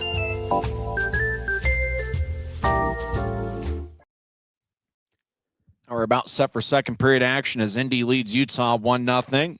Danny Genev's the reigning league player of the week, as last week in a 3-game series against the Tulsa Oilers, he had 6 goals and 1 assist, including his 3rd hat trick of the season. And the 3rd goal he scored last Sunday was the stuff of legends as it broke a 3-3 tie with 10.5 seconds left in regulation. It's the 37th time in the Grizzlies ECHL era that a player had been named League Player of the Week. Geneve won it for the first time since Neil Shea got the award for December 16th through the 22nd of 2024. Ryan Kanaswich, the Grizzlies' all-time leading scorer, he won the league's Player of the Week award 6 times over a 4-season stretch. They show some highlights of the first period on Flow Sports, as Ryan Taylor did a good job getting out in front of Utah's net. And really the thing you notice about the 2 Ryans that just signed with the Grizzlies earlier this week, Ryan Rosborough and Ryan Taylor, as they do have pretty good size. And for Taylor, he's got a bit of strength at 6'3" and 210 pounds, probably projects to be a bit of a power forward in the pros. Taylor had a pretty good college career. He played 3 seasons at a pretty elite college program at Clarkson University, and he had a couple really productive years at Clarkson. In his first 2 seasons at Clarkson, he had 18 goals. And then this season, had 6 goals and 9 assists in 25 games and a +5 rating for Robert Morris University. So 20 minutes are put on the scoreboard clock over in Indy at their new building, Fisher's Event Center. It's their 2nd season of hockey in that new building. As Luke Manning will take the draw against Jaden Joseph. As draw won by the Fuel, and we're underway here in the second period. We do ask for a little bit of patience and forgiveness. Unfortunately, we are at the mercy of this one remote camera. As Indy has it deep in their own zone, Grizzlies skate from left to right here in the period. Indy crosses center ice. They step over the offensive line as Nitro gets the crowd entertained. And the puck back deep in the Grizzlies zone. Good thing a goal didn't get scored there. We would have missed it. As Geneve gets blasted by Jaden Joseph. As Geneve now on 2 knees, he gets back to his feet. As puck slides deep into the Fuel zone. Gillette in the area as he pushes Lane Brockhoff in the back. Utah towards left point, dancing down the middle of the ice. Singer moves it towards the right wing. Geneve fires lefty shot. That one's blocked away by Weeks. Puck towards left point. Grizzlies try to skate towards the corner, and Indy taps it away. Fuel cross center ice, 3-on-2. As the Fuel will lob it in deep at the end of a shift as Alex DePaulo skates off the ice. He's got 4 goals this season. Matt Petgrave, the leading scorer for Indy, will throw it in. Petgrave is 34 years old, native of Toronto, Ontario, 6'1", 201 pounds. It's pucks towards left corner, 2-on-2. Indy gets into the circle. Utah knifes it away. Josh Singer, he'll lob it ahead. It's kept in by the Fuel as they'll whip it around the boards. Puck towards the right corner as Indy overlet it as they're trying to get to somebody over in the right circle. As Reed Lepster's got the puck, he's being challenged by Petgrave. He'll feed it to his left, and the Grizzlies yank it towards the Indy line. Utah sweeps it out towards the left circle. Lefty shot. That goes wide. Weeks didn't have great vision on the Friesen shot. Antonacci towards the right point. He gets it back in deep as Lepster collides with a Fuel skater behind Weeks' net. As Indy will pitchfork it ahead. Puck Kipidiops towards Antonacci at neutral ice. He'll back end it ahead, angle left, and the Grizzlies slide it in towards the end of a shift. We played 2 minutes of the second period, and the Fuel still lead 1-0. Kalala knifes it away as it looked like he was trying to turn it over from Indy. Antonacci towards the left wing, trying to get to Lepster, but the bouncing puck went over his stick. As Fuel spread the ice, Grizzlies retreat defensively. As Indy crosses center ice, now they step over the offense line. They stop on the right point. Fuel get it in deep as Boilar and Gillette deliver a sandwich behind Miska's net as they really hit the Indy player hard as a Fuel get it back towards their blue line. Now rink-wide feed angle right goes off a stick. Miska behind his net as Indy tried to cut around him. In each of the 2 games in this series, Indy has had a goal that was disallowed due to goaltender interference. Fuel have it in the right point. Cameron moves it across towards Berger. Christian's his first name. He'll get it towards the left corner. And now the puck goes back towards Berger. And on Margarita nights, I'm pretty sure that they're singing Cheeseburgers in Paradise, and they'd probably play that if Berger scored a goal. As we play 3 minutes of the second period, scrum behind Miska's left shoulder. 4 Grizzlies, 2 Fuel skaters in the way as Boilar yanks away a Fuel skater who had the puck pinned towards the wall. As Nicholas Nemo gets it, he'll backhand it ahead. Puck is retrieved by Chris Cameron, who's got the game's lone goal. He scored 16:03 into the first period. He'll fire one angle left. It goes off a stick. Chasing after it is DePaulo, who's a native of Ontario, as Indy mostly has Canadians on their roster, as Indy has 20 players from Canada and 9 from America. Puck towards the left wing as Fuel looking for a shot, and that's tapped away by Mike Gillette. Now the puck towards the right wing as Indy skates around Miska's net. They try to feed it out in front. Grizzlies get a stick in the way. As Mike Gillette gets the puck, he'll race out to center ice right wing, and he'll flip it in as Boilar and Gillette chase after it. Mike Gillette, he collides with a Fuel skater behind Indy's net. As Indy comes away with the puck, Mike Gillette spins around a Fuel skater as a guy for Indy lost a stick rather easily. Ryan Taylor looks to join the place. He collides with Will Ennis, number 2 for Indy. As puck just kind of battling as now Mike Gillette takes a spill as he got hit in the back by Cody Leskoski, who's native of Alberta, 5'11", 181 pounds. As the scrum continues, Mike Gillette trying to tap it away. Taylor and Ennis continue to just stare at the puck and stare at the pile. As Gillette trying to break free of Ennis. Now Ennis has Mike Gillette in a bear hug. Taylor comes off the ice after observing the action for about 15 seconds. Now Mike Gillette breaks free at the end of his shift, and Indy comes out with a puck. As Genevieve challenges Ennis behind Indy's net. 2-on-2 scrum over in the corner. And if you love scrums and you love battles along the board, then guess what? You might be an Indy Fuel fan because that seems to be all they do for about 60 minutes. And now it's Genevieve that gets pinned to the boards. Puck goes up top as it ricochets off a Grizzly skate, and Enns couldn't play the puck. Racing down the middle of the ice on a breakaway is DePaulo. Backhand shot saved by Miska. Indy had a breakaway, and Hunter Miska saves the day. Still 1-0 Fuel. Manning over the offensive line, but the Grizzlies had a couple forwards that entered before him. So he backs out, does Manning. Now Nemo loses control of the puck in the right point as he slid it towards the middle of the ice, but nobody was home. Manning in the high slot, skates down the middle. Now he veers off to the left. Manning gets knifed away. Now he recovers. I try to center it towards Zinger. Tapped by Indy as Manning gets it back towards the right wing looking for Zinger, but the puck ends up in the middle of the ice. Salem brushed it away from an Indy skater. As over in the left corner, Fuel continue to play it. Grizzlies continue to challenge the Fuel in Indy ice. Now back behind Indy's net with a loose stick that's behind Indy's net. The Fuel will tap it across as Indy throws it back in front of their net and in front of Mitchell Weeks. Rink wide feed, angle right. It gets redirected, neutralized. Miska plays it to the side of his net. Now he outlets it towards his left. Grizzlies with a strong pass towards the left wing, and it goes all the way down for a Utah icing as play stops with 13:47 left in the second. So faceoff's going to come back towards Hunter Miska.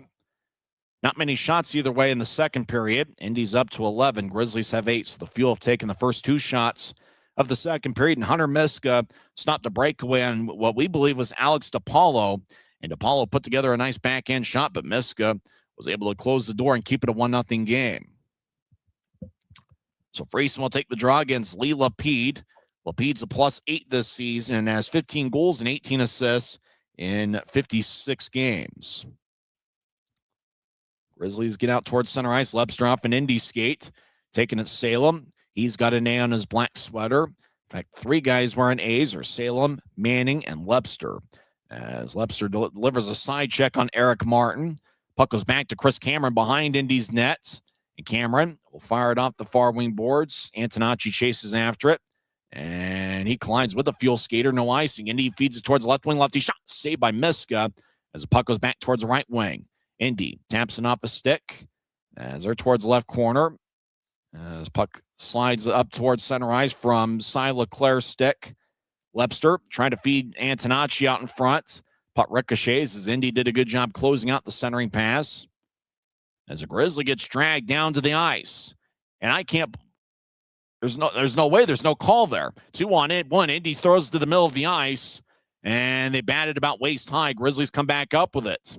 Boy, Friesen looked like he got yanked down and turned into a Tulsa 2-on-1. Now the Fuel, odd man breaking the offensive zone. They throw a centering pass towards Martin. Great defensive play by the Grizzlies, cutting in front. I think that was Mikey Colella. Like Colella's played some good hockey for the Grizzlies over the last handful of games. Antonacci, he'll flip it ahead as the puck goes over Friesen's stick. As Indy throws it in, Miska behind his net plays it. There's now 12:19 on a moving clock here in the second period. Grizzlies will tap it off the glass as Nemo. He'll fire it in as the puck goes towards the left corner. As Genea boxes out Will Ennis for the puck. As Gillette gets held up. Nemo joins the play. Colella and Dylan Gratton looking nearby. As the scrum continues along the boards. And like I said, if you like scrums along the wall, you're going to really enjoy watching the Indy Fuel plays. This puck seems to be along the boards frequently at a Fuel game.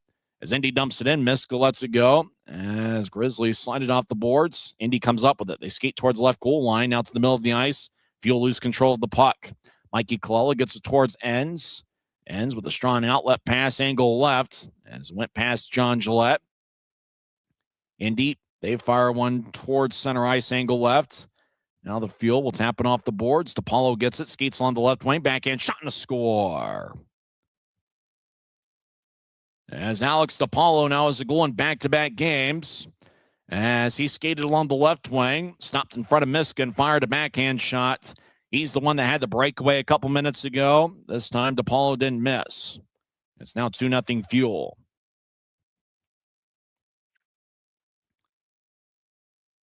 Kind of a cross-ice pass, angle left. DePaulo got it at center ice and then pretty much was unimpeded. Grizzlies had a couple guys trail in the play. DePaulo just kind of slid it past Miska's right ankle. It looked like Miska was moving towards his left, and DePaulo saw that he was moving towards his left and just kind of snuck it towards Miska's right. It almost looked like Miska didn't try to do it, but he overslid a little bit, kind of moving towards his left. Grizzlies get the puck right side, Gillette. Mike, that is. Righty shot saved by Weeks. He holds on with 11:13 left in the second. Fuel take a 2-0 lead on Alex DePaulo's 5th of the year. It's Indy 2, Utah 0, as the Grizzlies are looking to get on the board. This is the Utah Grizzlies Hockey Network.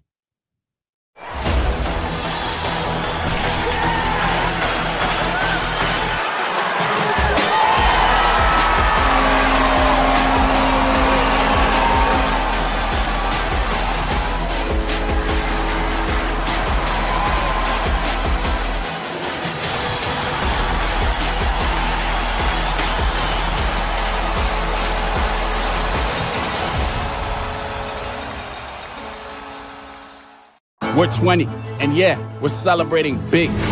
Because in 20 years, we didn't just make the gear, we made hockey cooler.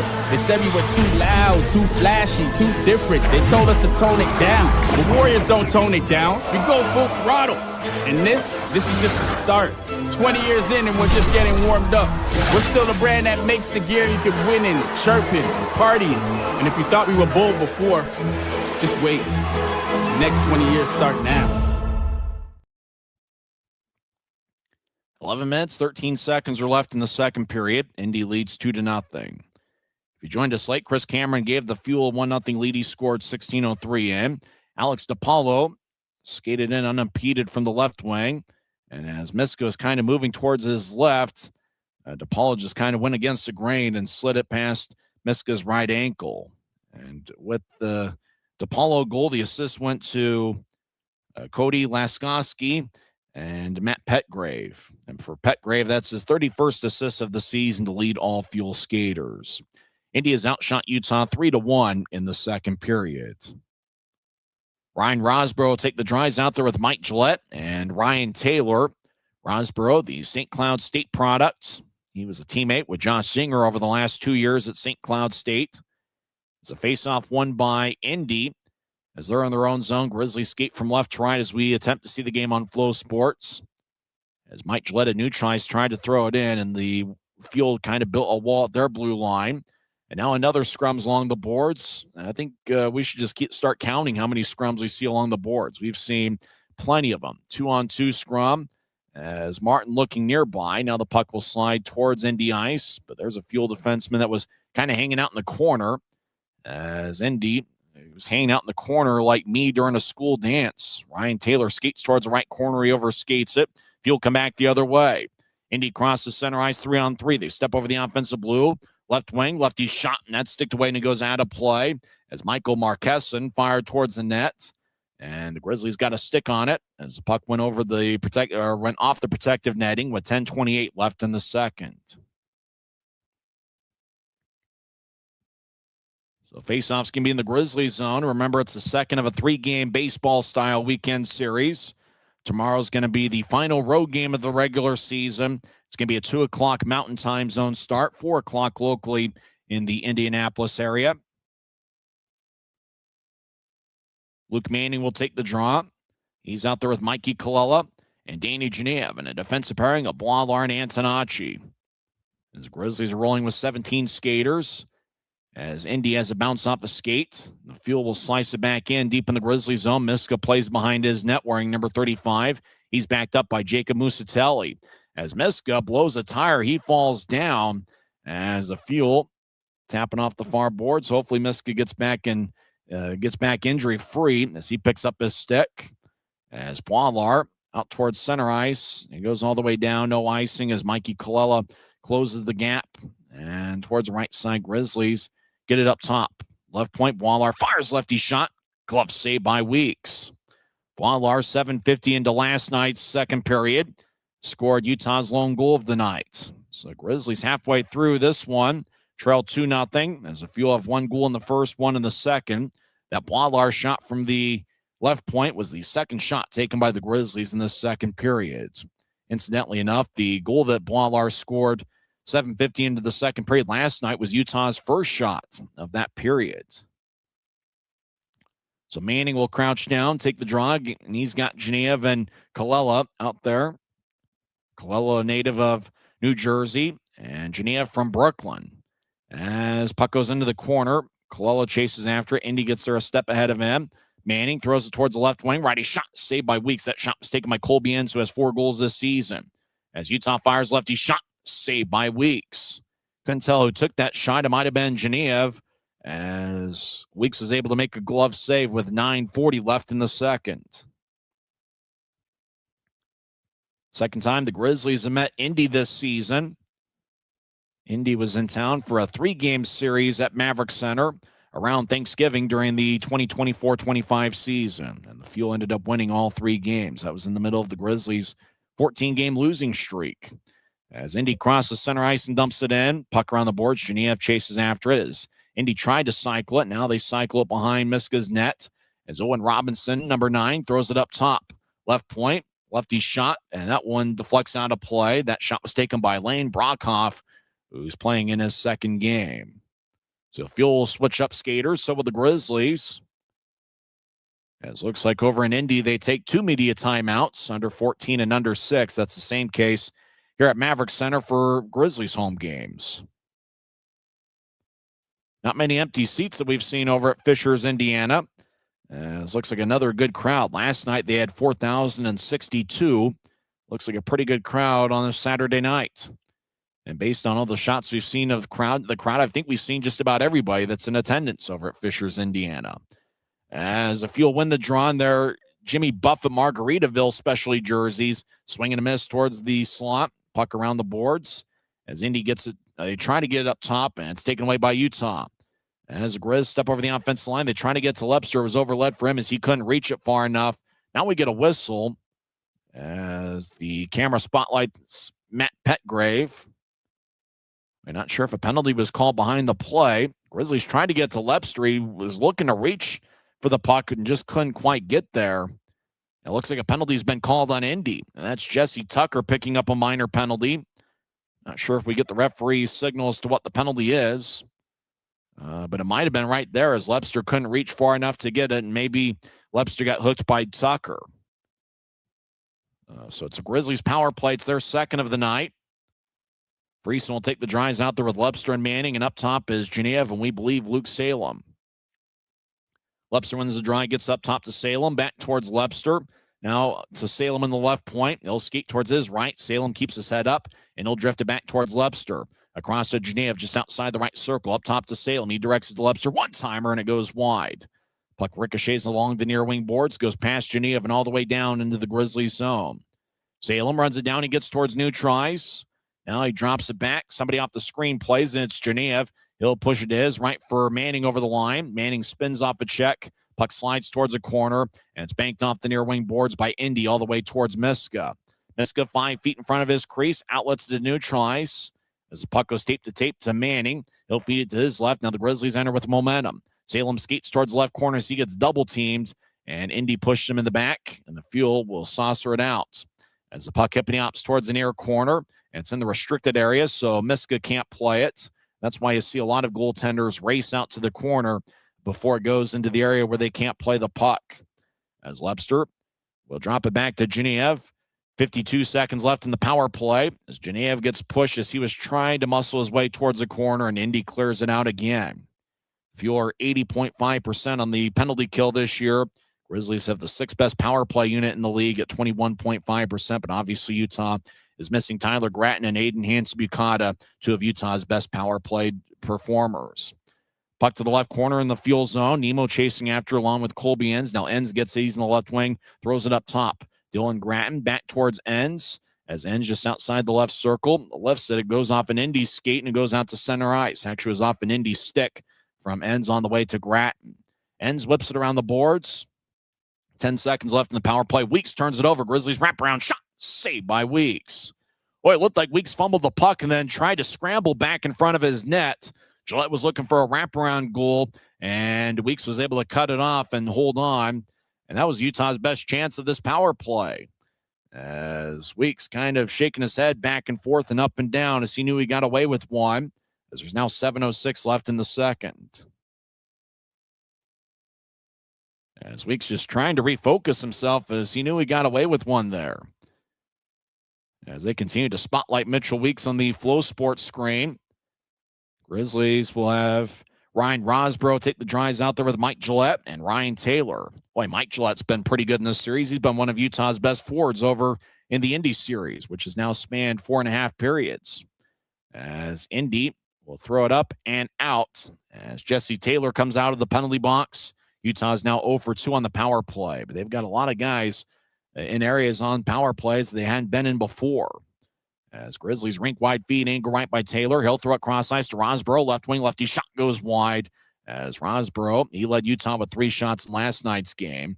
As puck towards left wing, loose puck taken by Boilar. Now to Taylor, who tried to brush it back to where Boilar was, but Boilar was skating back towards the point. Grizzlies in the offensive zone. As Utah towards the high slot, Grizzlies look to get to Mike Gillette over towards the left circle. It's taken away by Indy. As the Fuel will loft to the head, Antonacci chasing after it. And no icing on the plays. Antonacci gets the puck. He'll get it ahead. It goes off of Mikey Kalala's stick.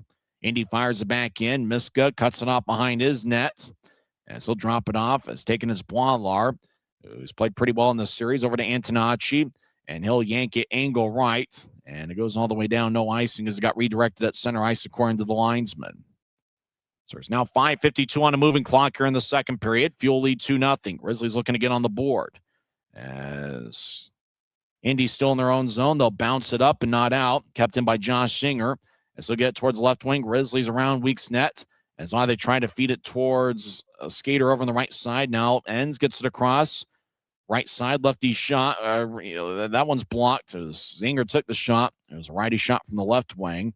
And now we get a whistle. As looks like tripping's going to be the call, and I'm not sure who's going to get a power play. As Zinger hit the ice, and so did a Fuel skater.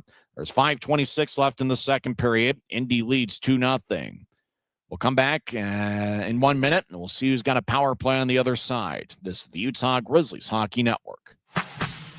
Every new day is a chance to be kinder to your body and your mind. U of U Health is here to help you build strength and confidence every day. Let us help you be a better you. U of U Health, official health partner for the Utah Jazz, Utah Hockey Club, Utes Athletics, and the Utah Grizzlies. Take the first step today at uofuhealth.org. Since 1939, America First has helped people start businesses, buy homes and cars, and achieve their financial goals. Today, our top priority is still the financial success of you and your family, which is why we're giving new members $100 when they sign up for a basic savings and checking account, and another $100 when they upgrade to premium checking and enroll in and use direct deposit. So head to americafirst.com today and join the credit union that always puts its members first.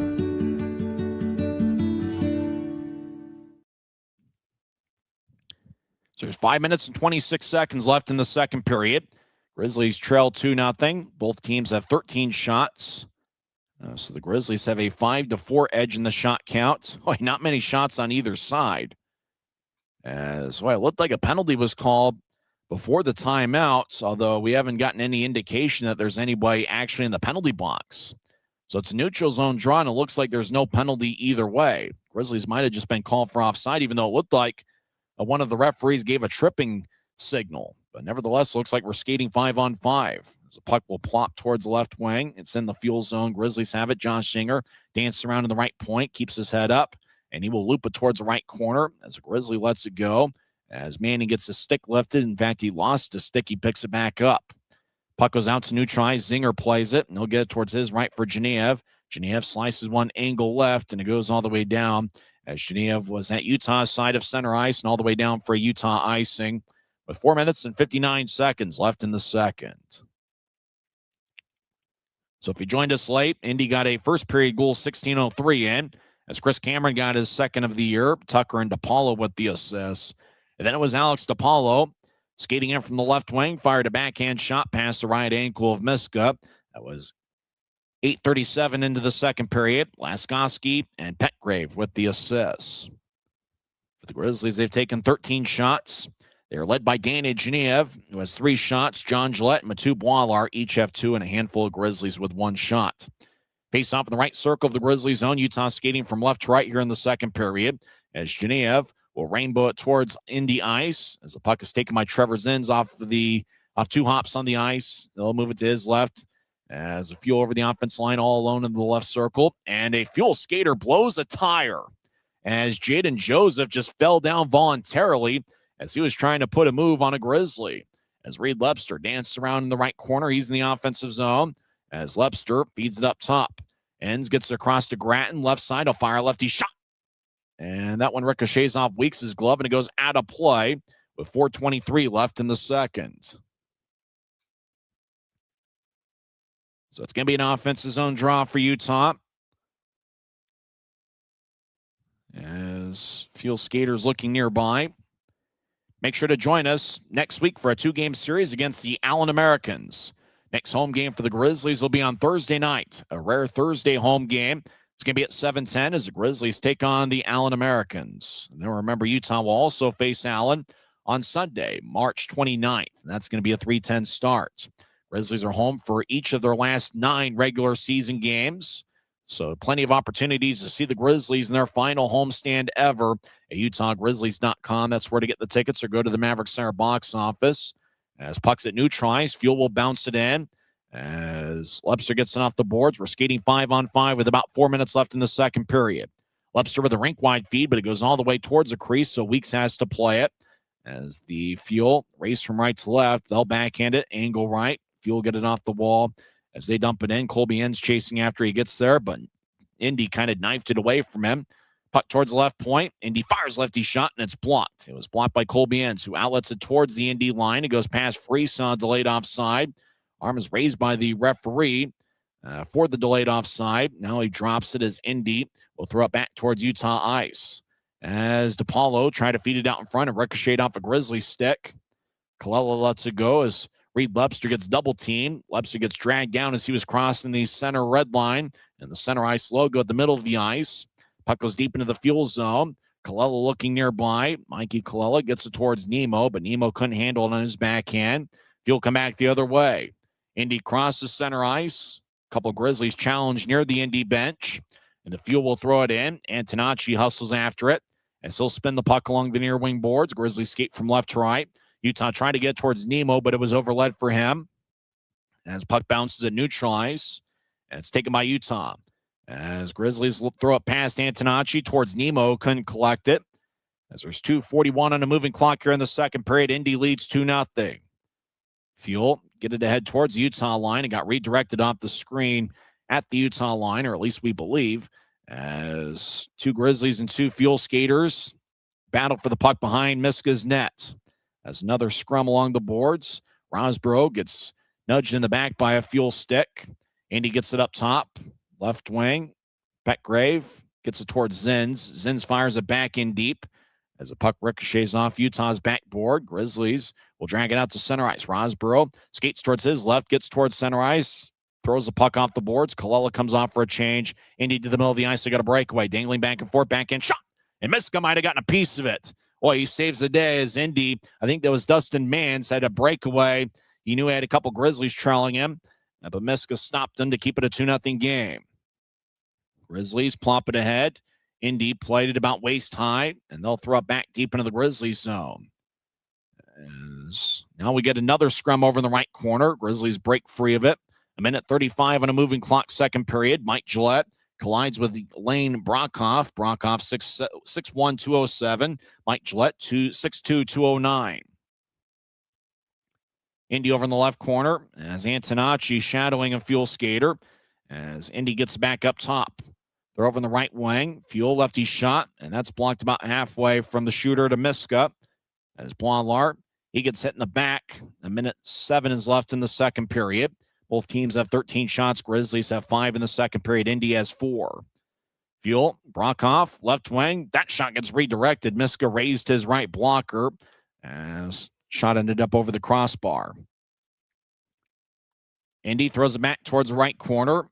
As DePaulo's got 2 points tonight, gets pushed by Antonacci as Mike Gillette plays behind Utah's net. Gillette fires a rink-wide feed, but it's kept in by Indy. Utah knifes it away. It ricochets off 2 sticks, puck back to neutral ice. Will Ennis fires it back in. Miska out of his net. Will drop it for Blondlar. 30 seconds left in the period. Over to Mike Gillette on the right side. Gillette will shovel it in and come off the ice for a change. As over towards the left wing, Grizzlies skate towards the circle. They'll drop it back off. Salem trying to get towards Manning. Now Manning gets the puck. He skates around Indy's net, trying to feed one out in front. Puck ricochets off Indy as Weeks couldn't cover up. 10 seconds left in the period.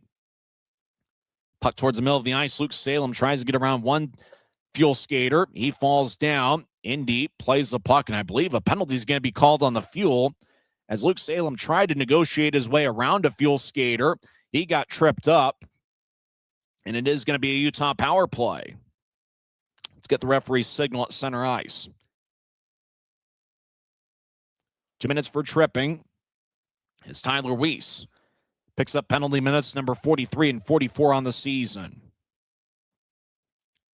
As it was a good call by one of the referees as Salem tried to get around Weiss, and Salem got tripped up. So with only 3.1 seconds left, it's a bit of a long shot. Grizzlies will be looking for that play that worked on Teddy Bear Toss tonight, where Manning's going to take the drive. He's got Lepster and Salem behind him. Remember, Manning won the faceoff cleanly, and then Lepster just fired towards the net and scored. That was with 1.3 seconds left in the second period. We've got 3.1 left in the second period on this occasion. So Manning's looking to win the draw cleanly. And Indy kind of knows that, and they're trying to find a way to get a jump on the puck. And the puck is dropped, and it goes towards Indy, and they'll clear it out. Now we'll do it for second period action, as the Grizzlies will be on the power play for the first minute and 57 seconds of the third period. And Utah's looking to get on the board, and they need a strong third frame as Indy, who won 4-1 last night in the opener of the 3-game series, they've got a goal in each of the 2 periods. Chris Cameron, 16:03 into the first period, and then Alex DePaulo made it a 2-0 game. He scored 8:37 into the second. For Danny Genev, he has 3 shots on goal. It's the 49th game this season where Genev has taken 3 or more shots in a game. So see if Utah can get things rolling here in the third period. When we come back, we'll recap the first 2 periods. Not a whole lot outside of the 2 Indy scores of note. And we'll also go over some other scores from across the league as well as some NHL scores as it's a busy night of hockey. Also have round 2 of the NCAA basketball tournament. We'll go over those scores as well. And don't tell me your bracket is busted, as there's a lot of favorites that won in the first round. So really, you got to be an idiot if your bracket is actually busted this season. We'll come back and have an entertaining second intermission as Indy leads Utah 2-0. But remember, the Grizzlies will have a power play to start the third period. You're listening to the Utah Grizzlies Hockey Network. From commercial to recreational truck accessories, Mountain Land Truck Outfitters has got what you need.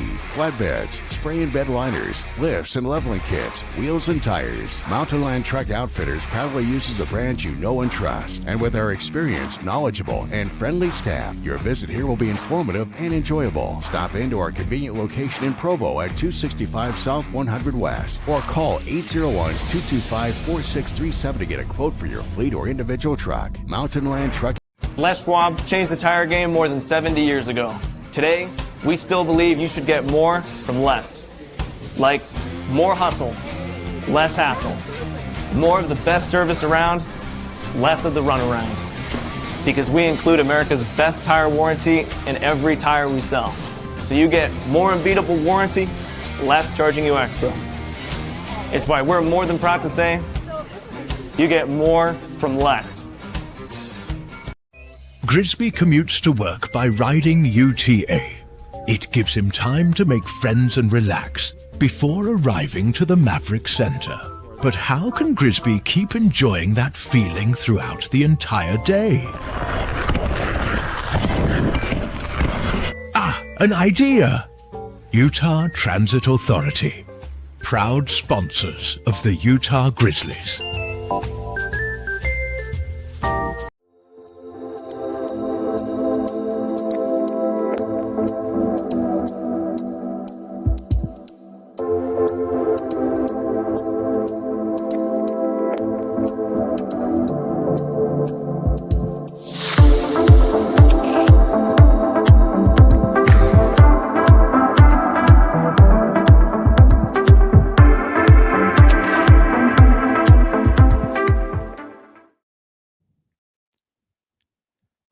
After 2 periods, over at Fisher's Event Center, Indy leads Utah 2-0. I think if you're looking for a silver lining, I think that's a big power play coming up to start the third period. And you wonder, one way or another, could that end up kind of dictating how the entire third period is going to go? Because obviously, if you're talking about the Grizzlies, if they can find a way to get a power play goal, maybe they can get a little bit of momentum and maybe they can score again.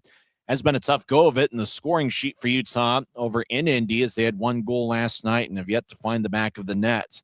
Not many shots on either side. Grizzlies outshot Indy 6-4 in the second period, and the Grizzlies have a slight 14-13 edge in the shot count.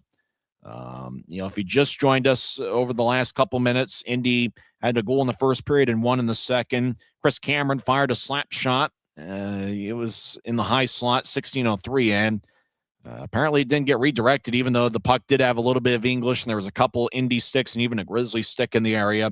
Tucker and DePaulo with the assists. And then 8:37 into the second period, DePaulo got a rink-wide feed in the left wing. He was at neutral ice and just kind of skated in, pretty much had a breakaway, and looked like Miska was anticipating DePaulo coming through all the crease horizontally. DePaulo kind of stopped a little bit and went backhand. Miska moved towards his left and left a little bit of room near Miska's right ankle, and DePaulo fired a backhand shot past Miska and past the goal line to extend Indy's lead to 2-0. Alex DePaulo's got a goal in each of the 2 games in this series. He now has 5 goals on the year.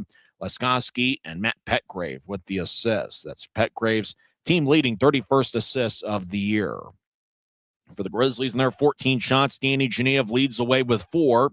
John Gillette and Mathieu Boilard each have 2 shots, and 6 other Grizzlies with 1 shot through 2 periods.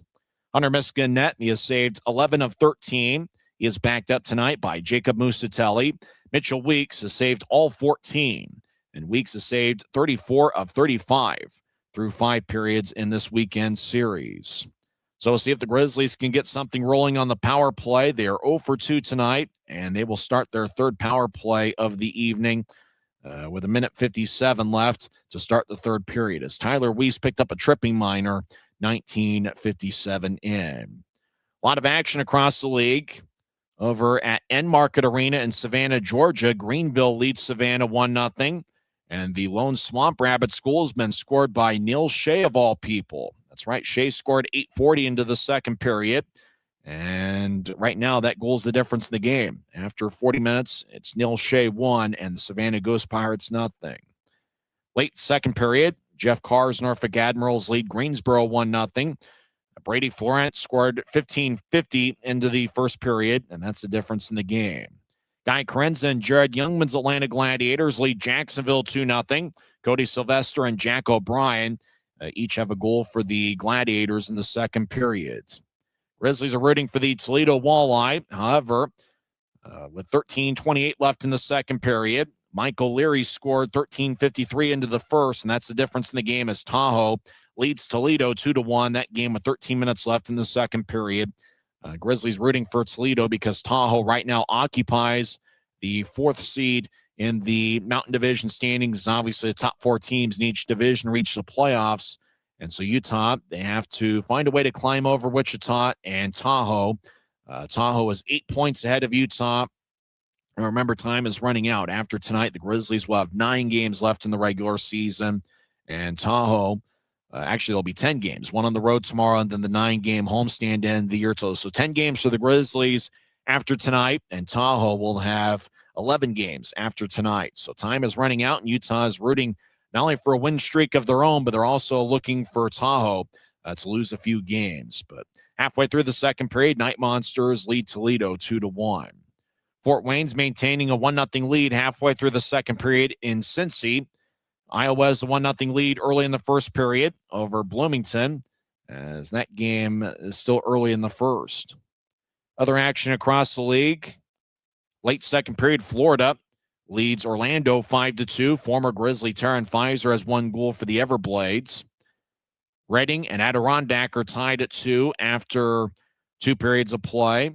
South Carolina has a 5-3 lead over Allen, as Kupka and Rinaldi each have 2 goals for South Carolina. Allen's got goals from Caddick, Blaisdell, and Gildon. Remember, Allen will be at Maverick Center for a 2-game series on March 26th and 29th.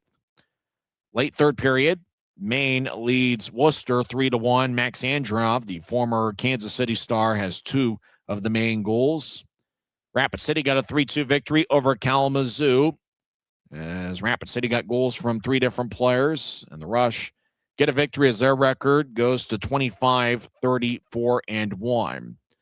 Wheeling got an overtime game winner from Johnson, 149 in, as Wheeling defeats Trois-Rivières 3-2. That was a road game for the Wheeling Nailers, and what a year it's been for Wheeling. They just picked up Rapid City star Blake Bennett, and he had a hat trick last night. Wheeling's record is now 38-16-3-3, as they are in first place in the North Division. When we come back, we'll check in on the NHL scores. Colorado Avalanche are not in action tonight. They got a 4-1 victory over the Chicago Blackhawks last night. Avalanche will be in action tomorrow morning at 10:30 to take on the Washington Capitals. Utah Mammoth are not in action tonight. They lost 4-1 last night at Delta Center to the Anaheim Ducks. Mammoth will be in action tomorrow night as they will take on the LA Kings. When we come back, we'll go over the NHL action on this Saturday night. College basketball's got their second-round action, 8 second-round games today and 8 more tomorrow. Games have gone final. Duke defeats TCU 81-58.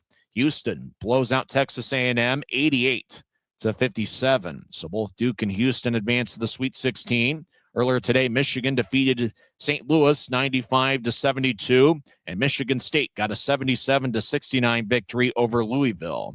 2 games in progress. Halfway through the second half, Texas leads Gonzaga 51-49. Texas is the 11 seed. Gonzaga is the 3 seed. And halfway through the first half, Illinois leads VCU 20-13. Vanderbilt and Nebraska get underway in a few minutes, and that is a 4 versus 5 matchup. Nebraska, the 4 seed, Vanderbilt, the 5 seed in the South region. And at 7:45, the 12th seed, High Point. Well, it actually is from North Carolina. High Point is 31-4 this season. They're a 12.5-point underdog as they take on John Calipari's 4th seed Arkansas Razorbacks. That's in the West region, second-round action. So that's college basketball, and don't tell me your bracket has been busted. After all, a lot of favorites have won, and unless you went out of your way and thought that this was the year 2019 or one of those years where there's going to be a crazy amount of upsets, well, here in this NIL era of college basketball, seems like a lot of favorites are coming out on top. So I imagine your bracket is doing pretty well, unless you went out of your way and thought this was going to be a crazy upset-filled type of tournament, because really for the most part the favorites have won, even though all 4 9 seeds defeated 8 seeds in the first round. But it's really been chalk for the most part in the NCAA tournament. The biggest upset was probably High Point, the 12th seed, defeating Wisconsin on Thursday. We'll come back and go over those NHL scores after 2 periods over at Fisher's Event Center. Grizzlies trail 2-0, but Utah will be on the power play for the first minute and 57 seconds of the third period. You're listening to the Utah Grizzlies Hockey Network. Grisby commutes to work by riding UTA. It gives him time to make friends and relax before arriving to the Maverick Center. But how can Grisby keep enjoying that feeling throughout the entire day? An idea! Utah Transit Authority, proud sponsors of the Utah Grizzlies. We're hanging out in the Professional Green Studios at Maverick Center, and there's a lot of NHL action going on tonight. Late second period, Islanders lead the Canadiens 2-1. Also late in the second period, Claude Giroux and Tim Stützle scored for Ottawa. They lead Toronto 2-0. Ottawa's outshot Toronto 25-9. After 2 periods, St. Louis picked up 2 second period goals. They lead Vancouver 2-0. Late first period, no score between Boston and Detroit. That's a national TV game played on ABC. At 8 o'clock, Charles-Edouard Dastu and the Tampa Bay Lightning take on the Edmonton Oilers. That's an 8 o'clock start. Lightning are 42-21-4 on the season. Finals in the NHL, Sidney Crosby scored the shootout game winner as Pittsburgh defeats Winnipeg 5-4. Nashville got 2 goals from Steven Stamkos as the Predators defeat the Golden Knights 4-1. In overtime, Minnesota got a game winner from Vladimir Tarasenko. Quinn Hughes picked up his 63rd assist of the season. That was 3:06 into overtime. Minnesota over Dallas 2-1. Sabres get their 4th straight victory. They scored 4 unanswered and defeated LA 4-1. Tage Thompson, Sam Carrick, Darlene, and Zach Benson each had a goal for Buffalo. It was also a 4-1 final as Philadelphia defeated San Jose. And Columbus gets a 5-2 victory over Seattle. NHL standings are certainly interesting, especially in the Western Conference, where you know who the top 3 teams are going to be in the Central Division. Pacific Division is locked up pretty tight. Anaheim's got 80 standings points. Edmonton's in second place in the Pacific with 77 points. Vegas has 76 points, but they're struggling a little bit. Right now, the Utah Mammoth, they've got the first wild card spot as they've got 78 standings points. And Nashville's got 73 points. They're the second wild card team. And LA's got 72 points. Seattle 71. San Jose with the 70 points. Winnipeg 68 points. They're still within the mix. And so the Western Conference is really stacked up tight among the wild card spots. We'll come back and have third period action. Well, I got to feel in this power play one way or another is going to be huge in Utah's third period comeback bid.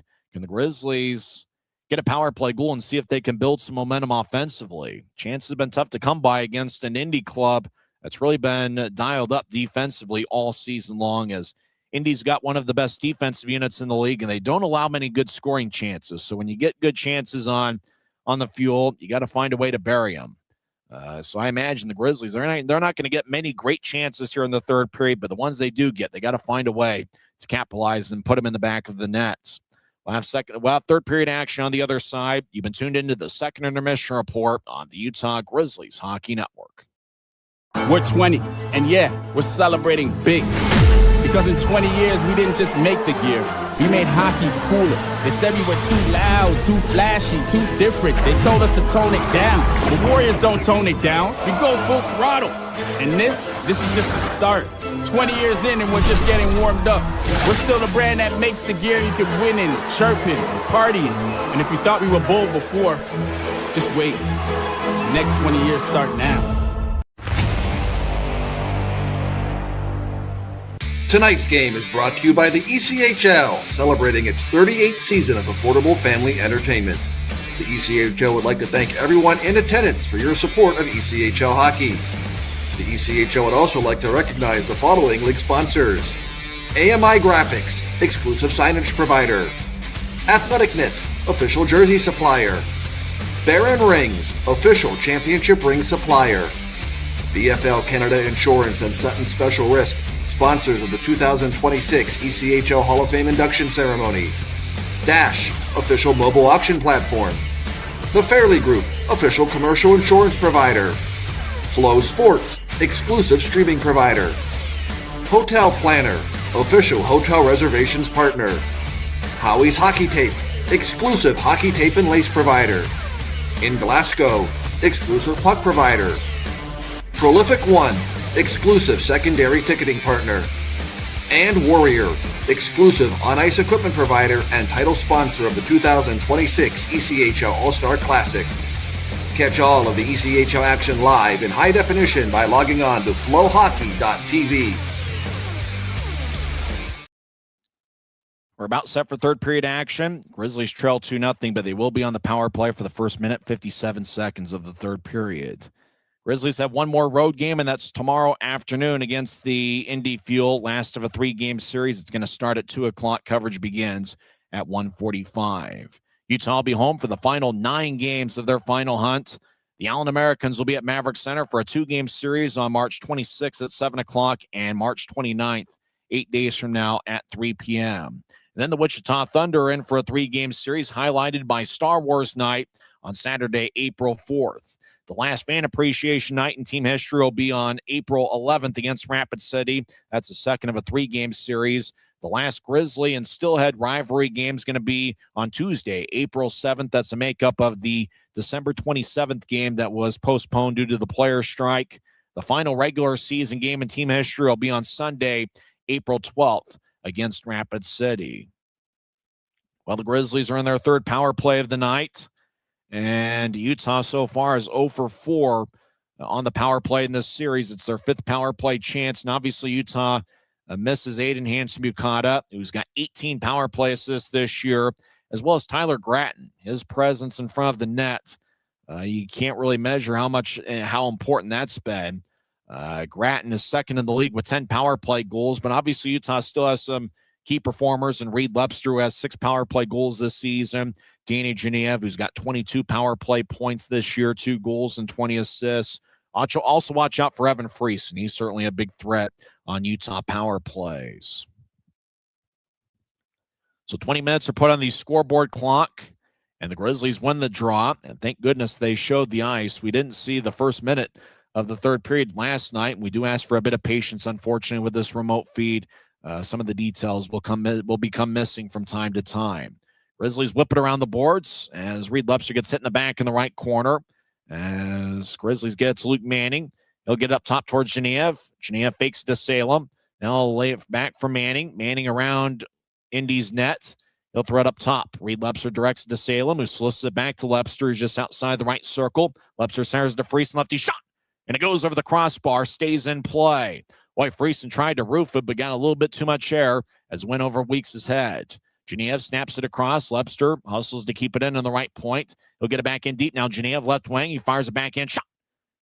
And that one directs out of play as a ricochet. Boy, Genev had a pretty good look. Looked like he was thinking about either a forehand or backhand. Fired towards the net, and it got ricocheted and went out of play. 19:07's left in the third period. Boy, a couple close calls for the Grizzlies. Friesen was all alone down the middle of the ice. And he just kind of fired it a little bit too high on Mitchell Weeks. And then Geneva had a good look from the left wing, and he was denied as well. So we believe while we see the crowd, the Grizzlies switched up skaters, although Frieson's still in there. As Friesen will take the draw, looks like the Grizzlies kept the same 5 on the ice. Salem gets it back towards Lepster. He's in the left wing. Grizzlies in the offensive zone looking to get their first goal of the game. Lepster up top towards Salem. He's in the high slot, blue line near his feet. As he'll slide it towards the right side. Lefty shot. And that one's blocked away by Weeks. That shot, we believe, was taken by Genev, who leads the league in shots on goal. Friesen over towards Salem, across to Lepster. He's in the left circle. He fires a righty shot, and that one misses wide. And the puck will trickle all the way towards the Utah blue line. Salem runs it down. It's an extended shift by this top power play unit, which now has lasted a minute 30. Genev, shoulder fakes, gets around one skater, stops in the right point. As he tries to get it towards Manning, who gets tripped up.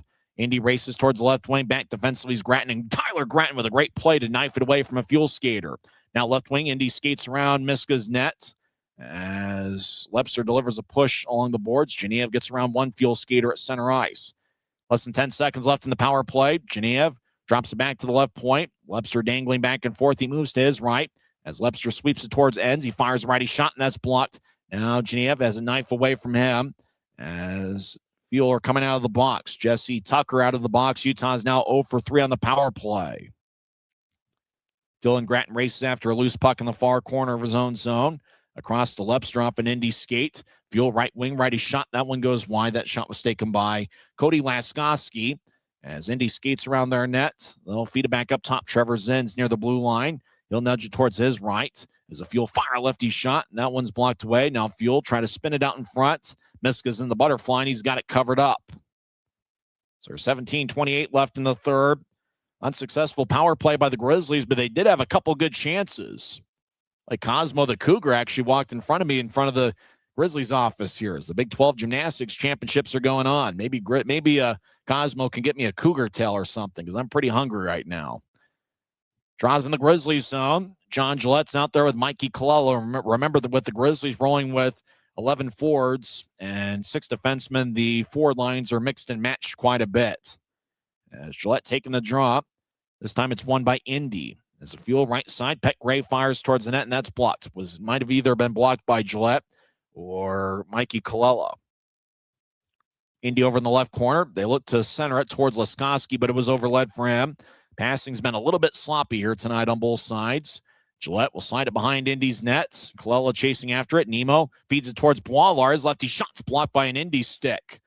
Boy, Boilar looking for a goal in back-to-back games, and he had a pretty good look, but it was blocked by an Indy stick. Still 2-0 Fuel as Boilar head towards Nemo, but it goes past him. As a Fuel skate around their net, Colella challenges Matt Petgrave, the 34-year-old veteran defenseman. Colella, first-year pro. As puck goes ahead, it goes past Nemo, all the way down for a Utah icing with 16:40 left in the third.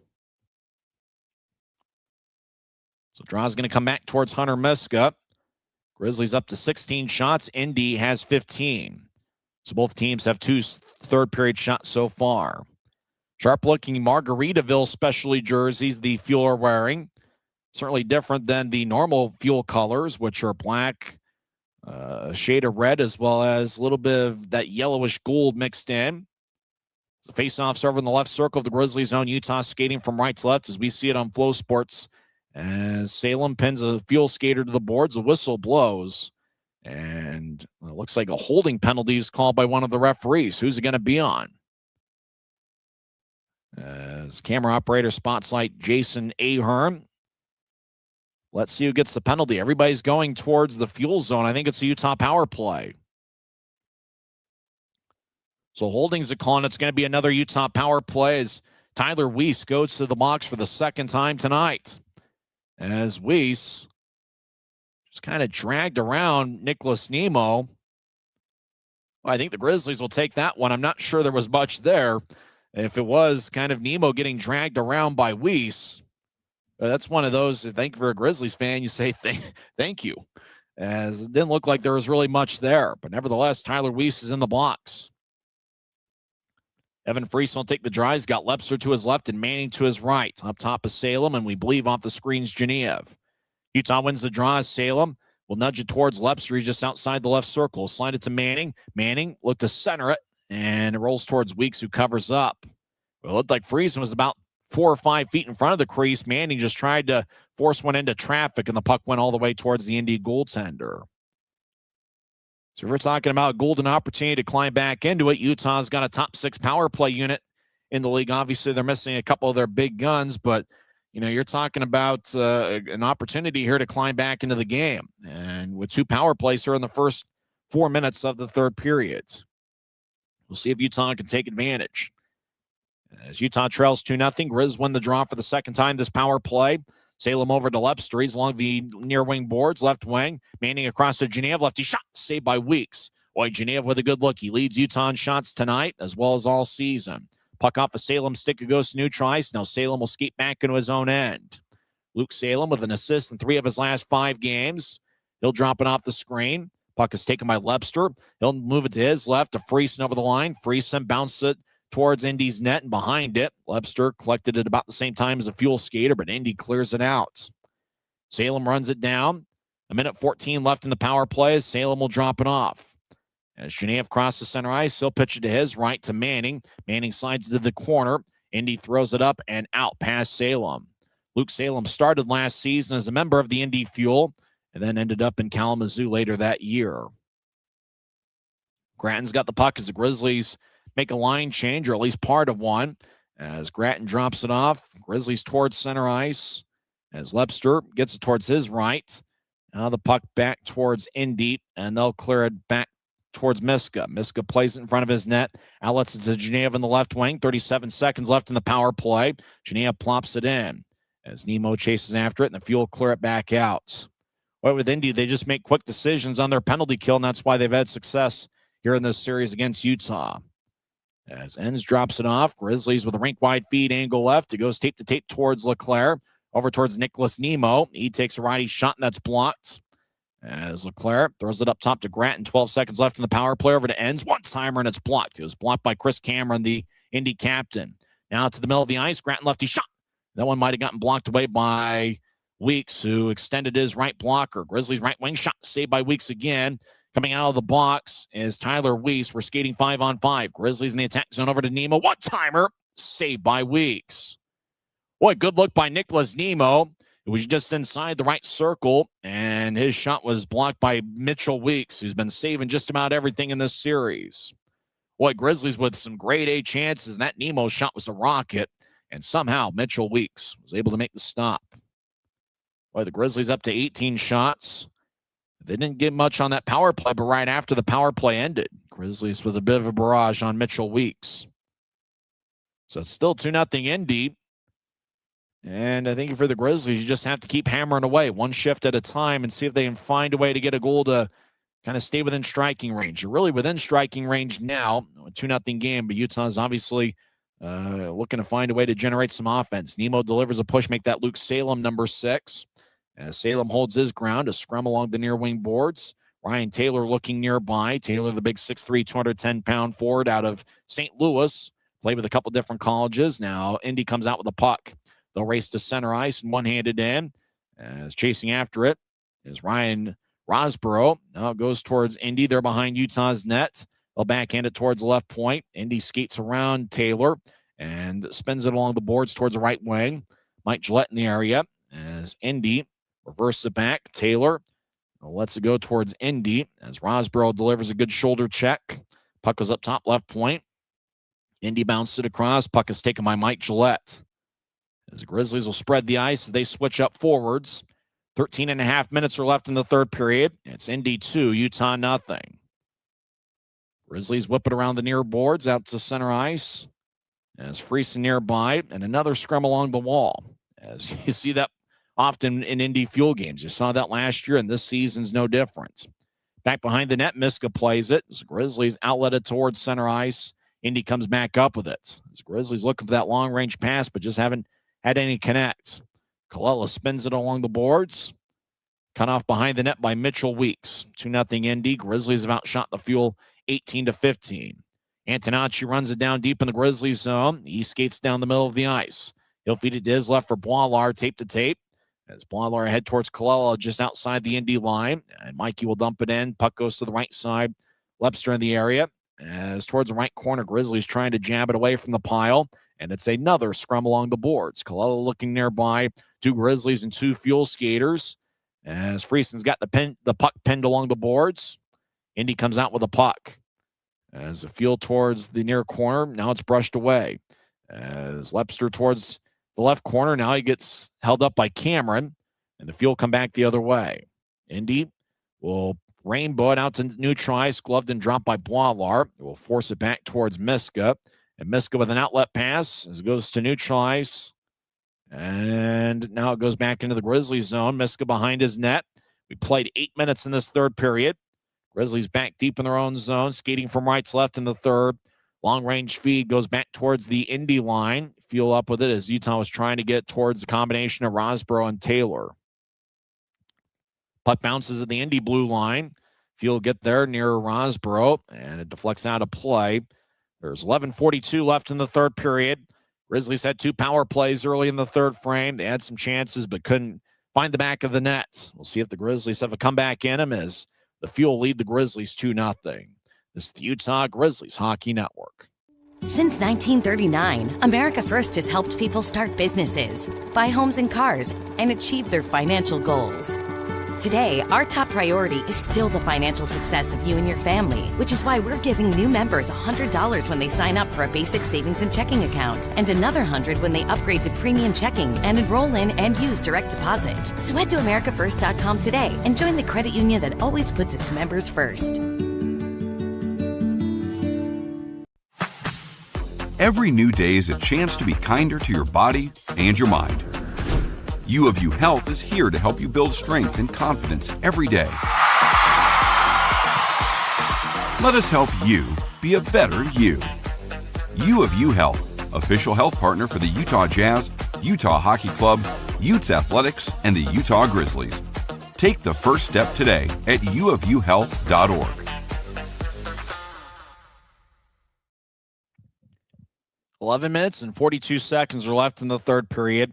Not a whole lot statistically to speak of, although, if you're a Grizzly supporter, those 2 power play chances Utah had there in the third period, you'd love to have capitalized on one of those. And obviously, Utah's had a pretty good power play this season, but it's now 0 for 6 so far in the series in Indianapolis. Attendance has been announced at Fisher's Event Center. 6,127 is the crowd over at Fisher's Event Center. An outstanding Saturday night crowd. They've drawn over 10,000 over in Fishers, Indiana for the first 2 games of this series. Lepster throws it deep into the Fuel zone. There's 11 and a half minutes left in the third period. Grizzlies are skating from right to left here in the third.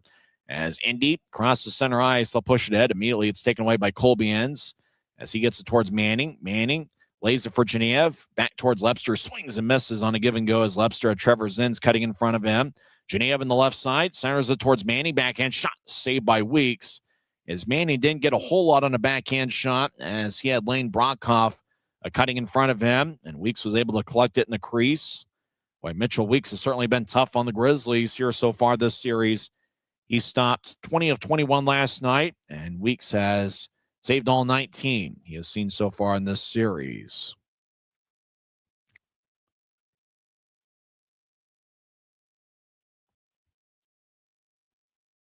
So it's an offensive zone face-off as they spotlight the people on the Indy bench.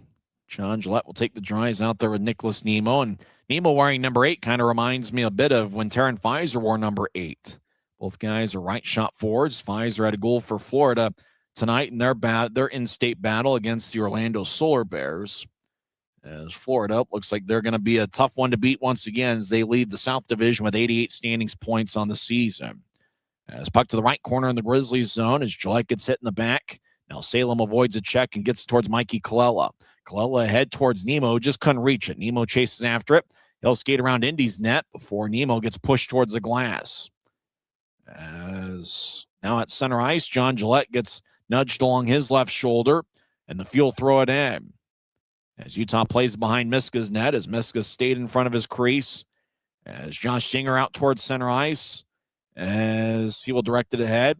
And now the Fuel have it in their own zone. Puck just kind of gone back and forth. There hasn't been a whole lot of flow. Friesen tried to ricochet it off an Indy skater, and it goes to Weeks, who covers up in the crease. Well, it looked like Friesen was just looking for some sort of awkward bounce as he was looking for a centering pass. There's no Grizzly in the area, but Weeks was able to make the stop, and he gets a swig of water with 10:08 left in the third. Cy Leclerc's out there with Friesen and Manning. Leclerc made his pro debut last night. The New Hampshire native and New Hampshire college product. He played in 4 seasons at the University of New Hampshire. This year he had 4 goals and 11 assists in 34 games. And face-off will do it over again. Right side, Evan Friesen will take the draw. He's got 20 goals this season. Friesen doesn't have a shot yet here tonight. As Utah wins the draw, right side. Antonacci's shot, and that's blocked in front of Mitchell Weeks. Grizzlies up to 20 shots. Indy has 15. Miska plays a loose puck, outlet it to Neutrice. Actually, Indy cuts it off in the right point, but we get a whistle. Puck might have exited towards Neutrice, and so play stops at 9:49 left in the third. As Jesse Tucker talking with both linesmen as Tucker skates towards the bench. So it looks like it's a neutral zone draw. I mentioned the Grizzlies, you don't get a ton of chances against Indy traditionally, but the chances you get, you got to find a way to bury them. And the Grizzlies had some chances. They're on those power plays early in the third period, just couldn't find a way to capitalize. Ryan Rosbrough's kicked out of the face-off circle, and Ryan Taylor will take the draw. As a face-off won by Utah, as a stick breaks in 2. And that was Mike Gillette that had his stick break as he gets a new one from DJ McFarland, the equipment manager. As we get a whistle, there might have been a penalty as a couple Indy players are flexing their stick as the play stopped with the puck loose in the Grizzlies zone. So there's 9:40 left in the third. Mike Gillette gets a new stick. Fans having a good time as they see themselves on the video board. I believe the Flow Sports feed's the same thing they show on the big board over at Fisher's Event Center. So with that, you see a ton of crowd shots between whistles. Grizzlies win the draw. Colby Ends will slide it in, and it's going to be icing on Utah's end. Slide it in from Utah's side of neutral ice. So faceoff's going to come back towards Hunter Miska, who's making his 10th appearance this season. It's his 9th start. For Hunter Miska, he's been a workhorse. This is his 5th straight start. And with it being Margaritaville night, a lot of fans having a good time and dressed up in a multitude of colors. Face off at center ice. So I guess after examination, the 4 officials came to the conclusion it was an icing by Ends. Dylan Gratton fires it deep into the fuel zone. Weeks out of his net. As the puck goes towards the right wing, Mike Gillette tried to brush it ahead, didn't get very far. As a Fuel will loop it ahead. Dylan Gratton chasing after it, and the arm is raised by both linesmen. 9:13 left in the third, icing on Indy. But Dylan Gratton's played a ton of minutes here in this series. Gratton in his first season as a pro. Not sure if he's going to get in enough games to not be a rookie next season. Gratton played 2 years at Penn State, including 1 year where he was a teammate with his brother Tyler Gratton. That was the 2022-23 season. Last year, Gratton played at the University of Nebraska, Omaha, and this season played in 22 games at the University of Vermont. So Dylan Gratton played with 3 different colleges, native of Pottstown, Pennsylvania. Grizzlies win the draw, right wing shot, glove saved by Weeks, and he holds on with 9:08. That's the time remaining in the third period, as Luke Manning is having some words with Jesse Tucker, as both guys were jostling for position in front of Indy's net.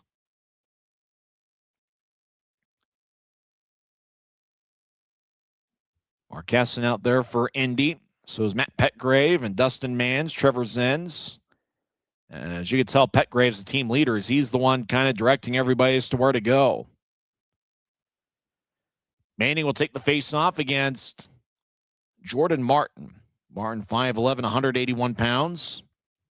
We'll see if the Grizzlies can get on the board. There's 9:08 left in the third period, and Indy has maintained a 2-0 lead. Not much we could do about a goaltender jinx when it's on the other side, but shutout, shutout, shutout. We'll see what we can do. Not much we can do 2 time zones away here in the Salt Lake Valley, though.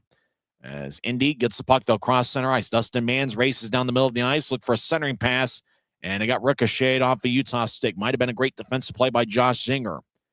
As puck back at neutral ice, so a lot of loose pucks and a lot of redirections. So both teams have been very active with their sticks tonight.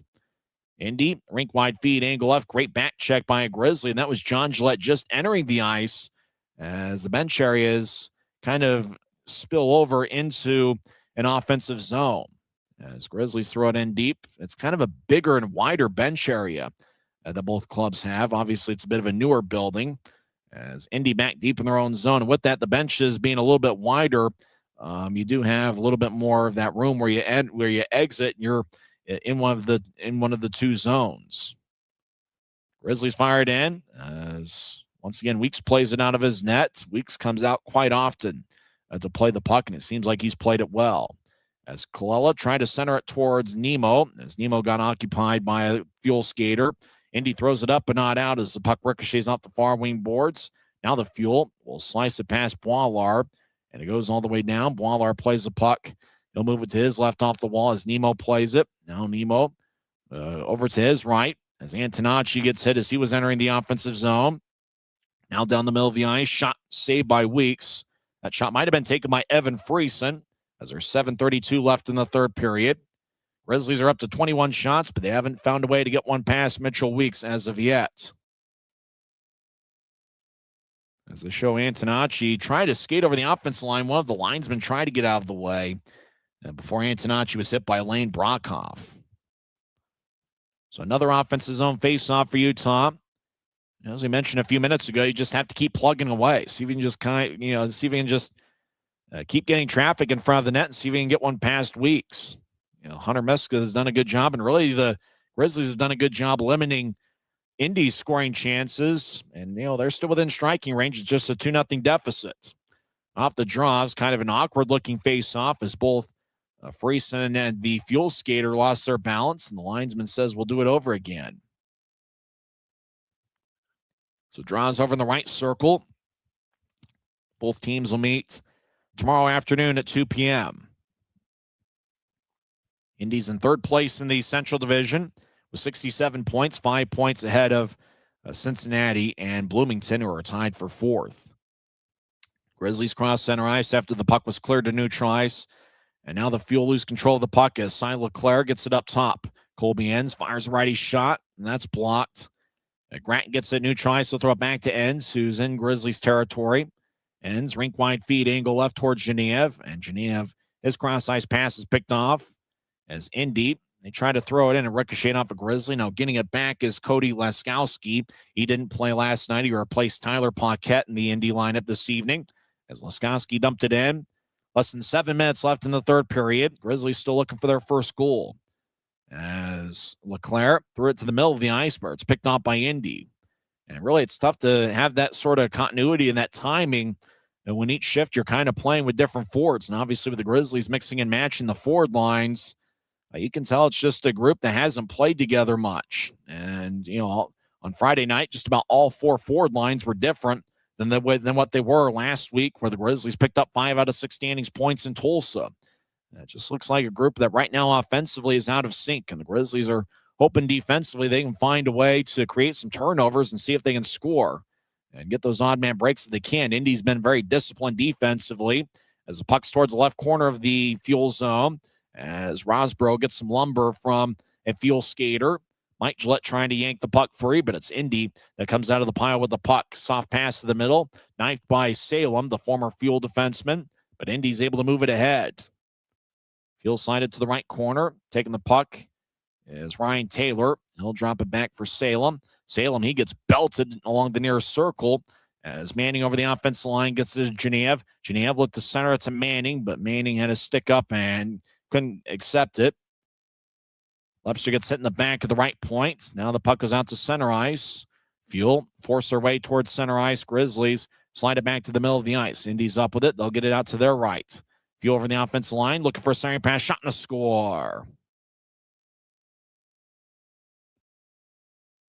And it's now 3-0 Indy with 5:21 left in the third. Boy, Field got into the offensive zone with momentum. Looked like a 3-on-1. And getting the goal looks to be Michael Marquesson. That'd be the second straight game where Marquesson's found the back of the net.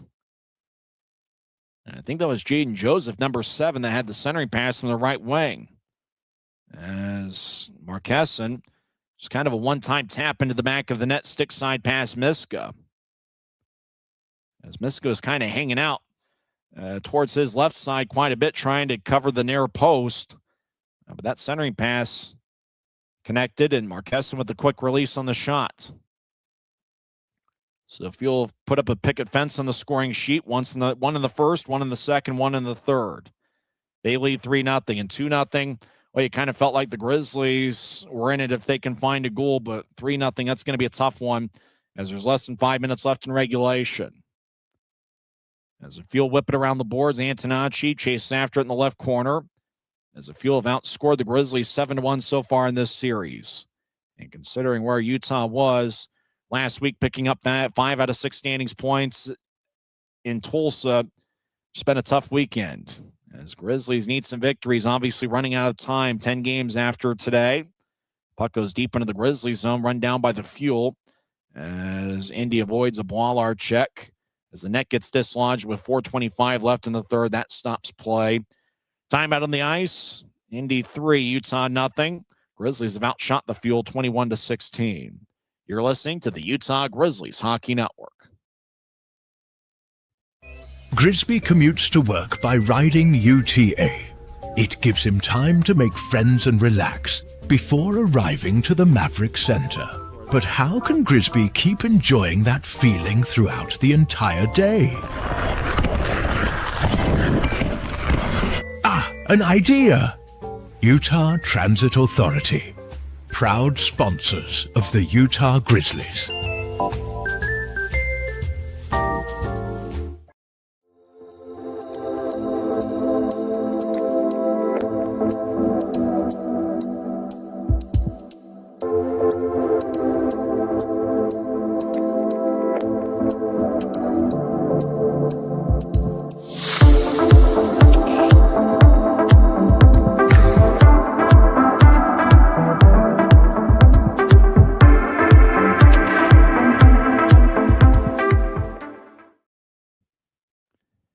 Minutes, 25 seconds left in regulation. It's 3-0 Fuel. Draws in the Grizzlies zone. Evan Friesen will take it for Utah as the Fuel win the draw. As back behind Miska's net. As Dylan Gratton delivers a push. As Indy. They're over in the left wing. Fuel just outside the left circle. Fire a righty shot and is blocked by Friesen. Grizzlies come back the other way. As Luke Manning gets it taken away. Less than 4 minutes left in regulation. And the Grizzlies, you almost felt like they needed to score on either of those two power plays early in the third period. They kept it within striking range when it was 2-0, but Michael Marquesson scored 14:39 in. Dustin Mans and Christian Berger picked up the assists as Miska and a Grizzly collide. As Miska loses his stick, play stops. And Dylan Gratton was in the area. Gratton still on one knee. 3:38 left in the third. And couldn't see who delivered the centering pass towards Marquesson as the back of the jersey was folded up a little bit. So I couldn't really tell whether it was Joseph or Berger or Mans. I had a feeling it was a single-digit player. As there's a kid chugging a bottle of water. Atta baby. You know, the adults, they get to have some fun, but he looks like he's going to have some fun as well. As now he flexes to the Fisher's Event Center crowd as he chugged a bottle of water with 3:38 left in the third. Now, there might be a timeout on the ice, not really sure. Big crowd over at Fisher's Event Center. Over 6,000 are in attendance. In fact, the crowd is 6,127. For the Grizzlies, the final road game in their regular season, final road game ever, will be on Sunday afternoon at 2 p.m. Grizzlies during their ECHL era, and the Grizzlies are in their 21st year in this league. They've got 311 road victories Utah's had quite a few good road seasons. This is actually one of the better ones with 16 road wins. The Grizzlies are 16, 14, 3-1 on the road this season. Obviously, the scoreboard watching here late in the year. The game we're keeping an eye out for is Tahoe at Toledo. And after 2 periods, Tahoe has a 2-1 lead over the Toledo Walleye. Other action across the league. Early second period, Iowa leads Bloomington 2-0. As now we're back to live action as there's 3.5 minutes left in the third period. Now the puck towards the left wing, lefty shot, and that one goes wide as Miska slid towards his right. South Carolina got a 5-4 victory over the Allen Americans. Remember, Allen's going to be at Maverick Center next week. Centering pass, shot, and a score. And so that'll make it a 4-0 hockey game as the Fuel got a centering pass in and fired a pass Miska. That might have been Jordan Martin. If it's not Martin, it might be 24 Laskoski. It is Jordan Martin getting the goal. It's his 5th of the year. And it's a tough night for the Grizzlies and a tough weekend over in Indianapolis. Centering pass from the right wing towards the middle, and Martin just fired it over the right shoulder of Hunter Miska. As Martin was unoccupied, and they just, based on what we saw last week in Maverick Center, it's just tough to see the momentum go back the other way.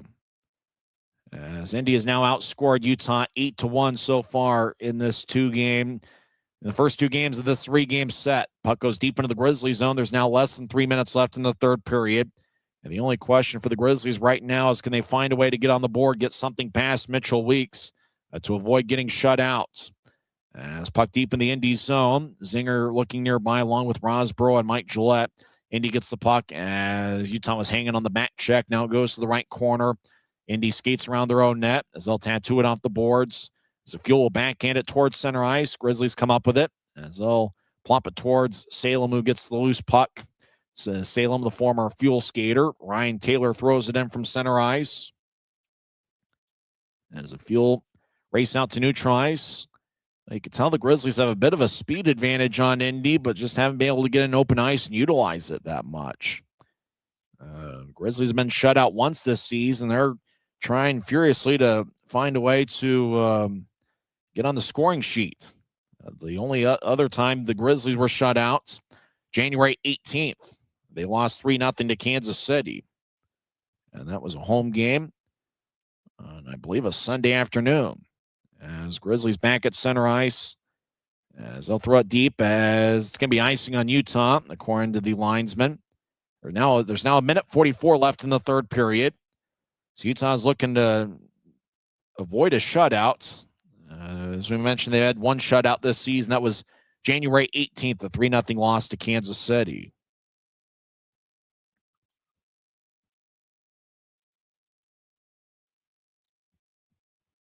So Fuel with 1 goal in the first, 1 in the second, and 2 so far in the third. Grizzlies just looking to get something on the board here late in the third period. Indy wins the draw. They're hanging out in the left point. They fire a lefty shot, and Fuel get it behind their net. Now they throw it back up top to the left point. As that shot's blocked, Grizzlies 2-on-2 cross center ice. Utah gets it towards Nemo as it was overled for him. Nemo chases after it. As Mike Gillette gets thrown towards the boards, Indy comes back up with it. As the Fuel will tattoo it off the glass. The puck goes deep into the Grizzlies zone, and it's going to be icing on Indy with 1:16 left in the third. If you joined us late, Fuel took a 1-0 lead as Chris Cameron got his second of the year, 16:03 in. Alex DePaulo scored a second period goal, 8:37 in. Michael Marqueson made it a 3-0 game. He got a centering pass, 14:39 in, and fired it past Miska. And almost a carbon copy, it was Jordan Martin, 16:45 in, getting the goal from Weiss and Jason Ahern. Utah's got it in the left corner. They're in the attack zone. Grizzlies get up top towards Dylan Gratton. He fires lefty shot, and that's blocked. There's a couple Grizzlies net front. Indy with 1 minute left will plop it into the Grizzlies zone, taken by Enns across to Gratton. Dylan Gratton has a point in 4 of his first 9 games this season. It's game 10 for him in a Grizzlies uniform. Gratton slices one angle left. He goes past Mikey Colella. Deep into the fuel zone, Indy's up with it. 42 seconds left. It's 4-0 Fuel, as Grizzlies will be looking to salvage the third game of the series on Sunday afternoon. Nemo gets the puck, trying to center it to Colella, and Indy just picked it off. That seems to be part of the story of the night. Like, Indy very active defensively, and it just seems like the Grizzlies are one pass away from getting that good scoring chance. And you think about those two power plays the Grizzlies had in the first 5 minutes of the third period. It almost felt like if they're going to win this game or at least have a chance, they're going to have to find a way to capitalize on that on one of those power plays. Nemo from the left wing, his shot's blocked. 5 seconds left. Colella drops it back for Salem, who gets it across. 2 seconds left. At the buzzer, Zinger fires righty shot, and that's saved by Mitchell Weeks, and that will do it. Weeks gets his 6th shutout in a Fuel uniform. It's his first shutout this season, and Indy gets a 4-0 victory as the Grizzlies are shut out for the second time this season. So after getting 5 out of 6 standings points against Tulsa at Maverick Center last weekend, Grizzlies fall in each of the first 2 games over in Indy, as the Fuel have outscored the Grizzlies 8-1 in this series. Post-game show starts in 30 seconds. Once again, the final from Fisher's Event Center. It's the Indy Fuel 4 and the Utah Grizzlies nothing. This is the Utah Grizzlies Hockey Network.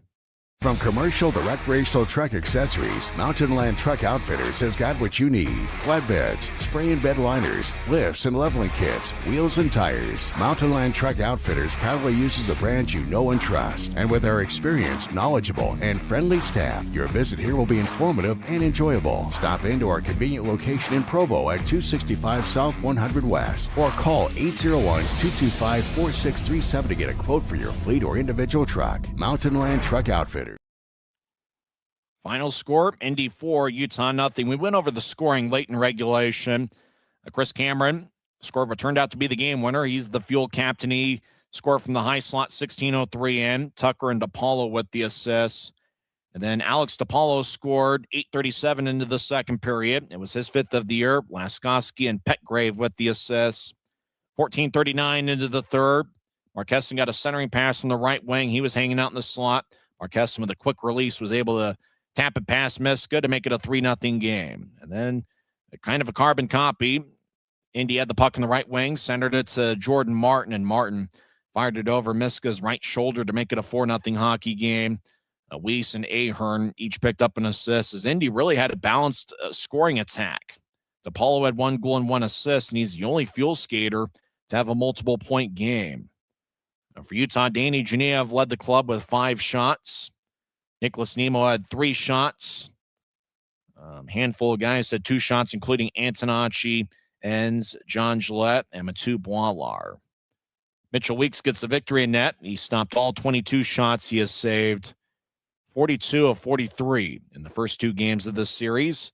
It is Weeks' 6th shutout in an Indy uniform. He is the all-time leader in shutouts for the Fuel, as this is the 3rd different season that Weeks has appeared in games with Indy. He actually had 7 shutouts. It looks like the game notes were inaccurate. He had 7 shutouts for Indy during the 2023-24 season. Actually, I'm looking at the wrong category. He did have 3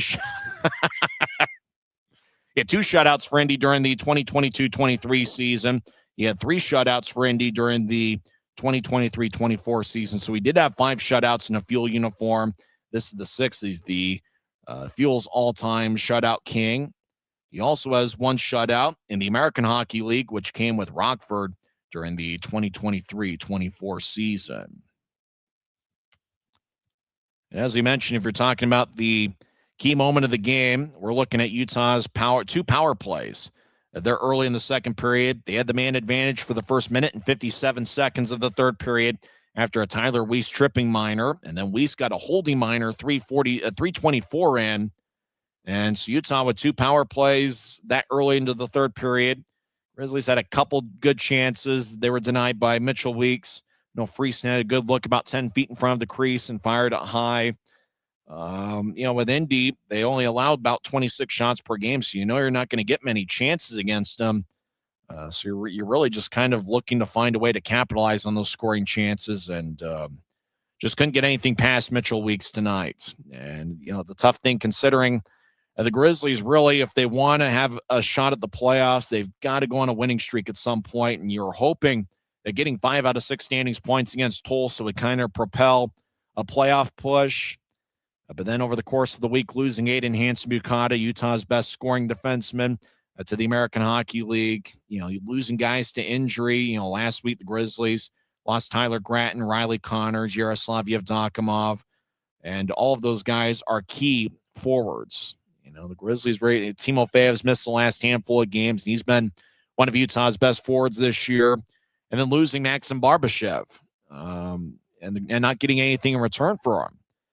The Grizzlies just haven't gotten much from in terms of help from their affiliate this year. And there's a few teams you can say that. You can say that with the Indy Fuel, who really haven't gotten any help from their affiliates. But you're just looking at a situation to where, Barbashev gets pulled from the Grizzlies. He had an AHL contract with Tucson, got pulled back up to Tucson. Then they reassigned him to the Allen Americans. And they're certainly within their right to do so. But, you lose a guy in Barbashev who was one of Utah's best forwards last week. He had a goal in all 3 games in that Tulsa series. It's not to make excuses, but when you lose the caliber of players that the Grizzlies have over the last couple of weeks, either to injuries or call-ups, we saw Neil Shea score a goal for Greenville tonight. A few weeks ago, the Eagles called him up and then released him. He became a free agent, and then he signed with Greenville. You talk about a guy, Neil Shea, that's been ultra productive for the Grizzlies over the last year and a half when he's been in a Utah uniform. So it's just not to make excuses, but obviously Utah's breaking in quite a few new players. And, based on the line combinations, which really had been pretty stable for about a month, and the Grizzlies averaged 4 goals per game in the month of February. We're after a pretty decent start in March. But just kind of felt like at about the time where the Grizzlies were making that push, looking to get on that winning streak to, get that run to the playoffs, all of a sudden, you lose some key guys to injuries and a couple of them to AHL call-ups. And, obviously, when you lose guys to call-ups, you don't necessarily get players of equal skill level back in return.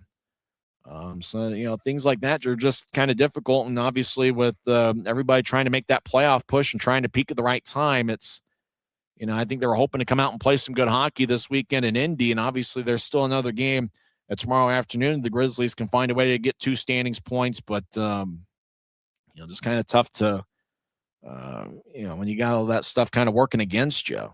But nevertheless, Grizzlies have one more road game in this regular season, and it's going to be tomorrow afternoon at 2:00.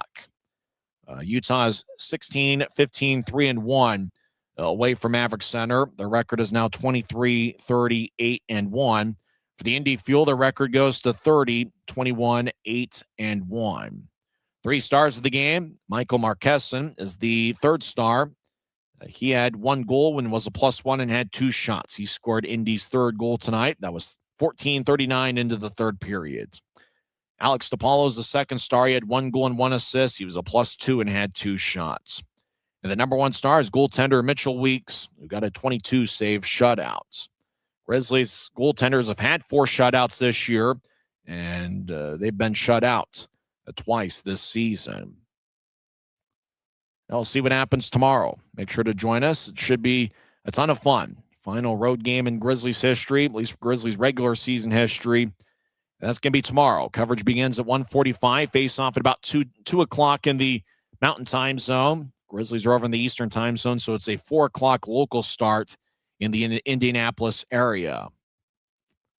Well, we hope you enjoy the broadcast, not necessarily the final outcome. One game we're keeping an eye out for. Tahoe leads Toledo 2-1. That game with 14 minutes left in the 3rd period. Grizzlies are rooting for a Toledo victory. Once again, in 2 hours and 25 minutes, in front of a pretty good Saturday night crowd of 6,127, it's the Indy Fuel defeating the Utah Grizzlies 4-0. I'm Tyson Whiting, and I'm just pursuing my dream, and that's to someday in the very near future get to the National Hockey League. You've been listening to the Utah Grizzlies Hockey Network. Good night, everybody.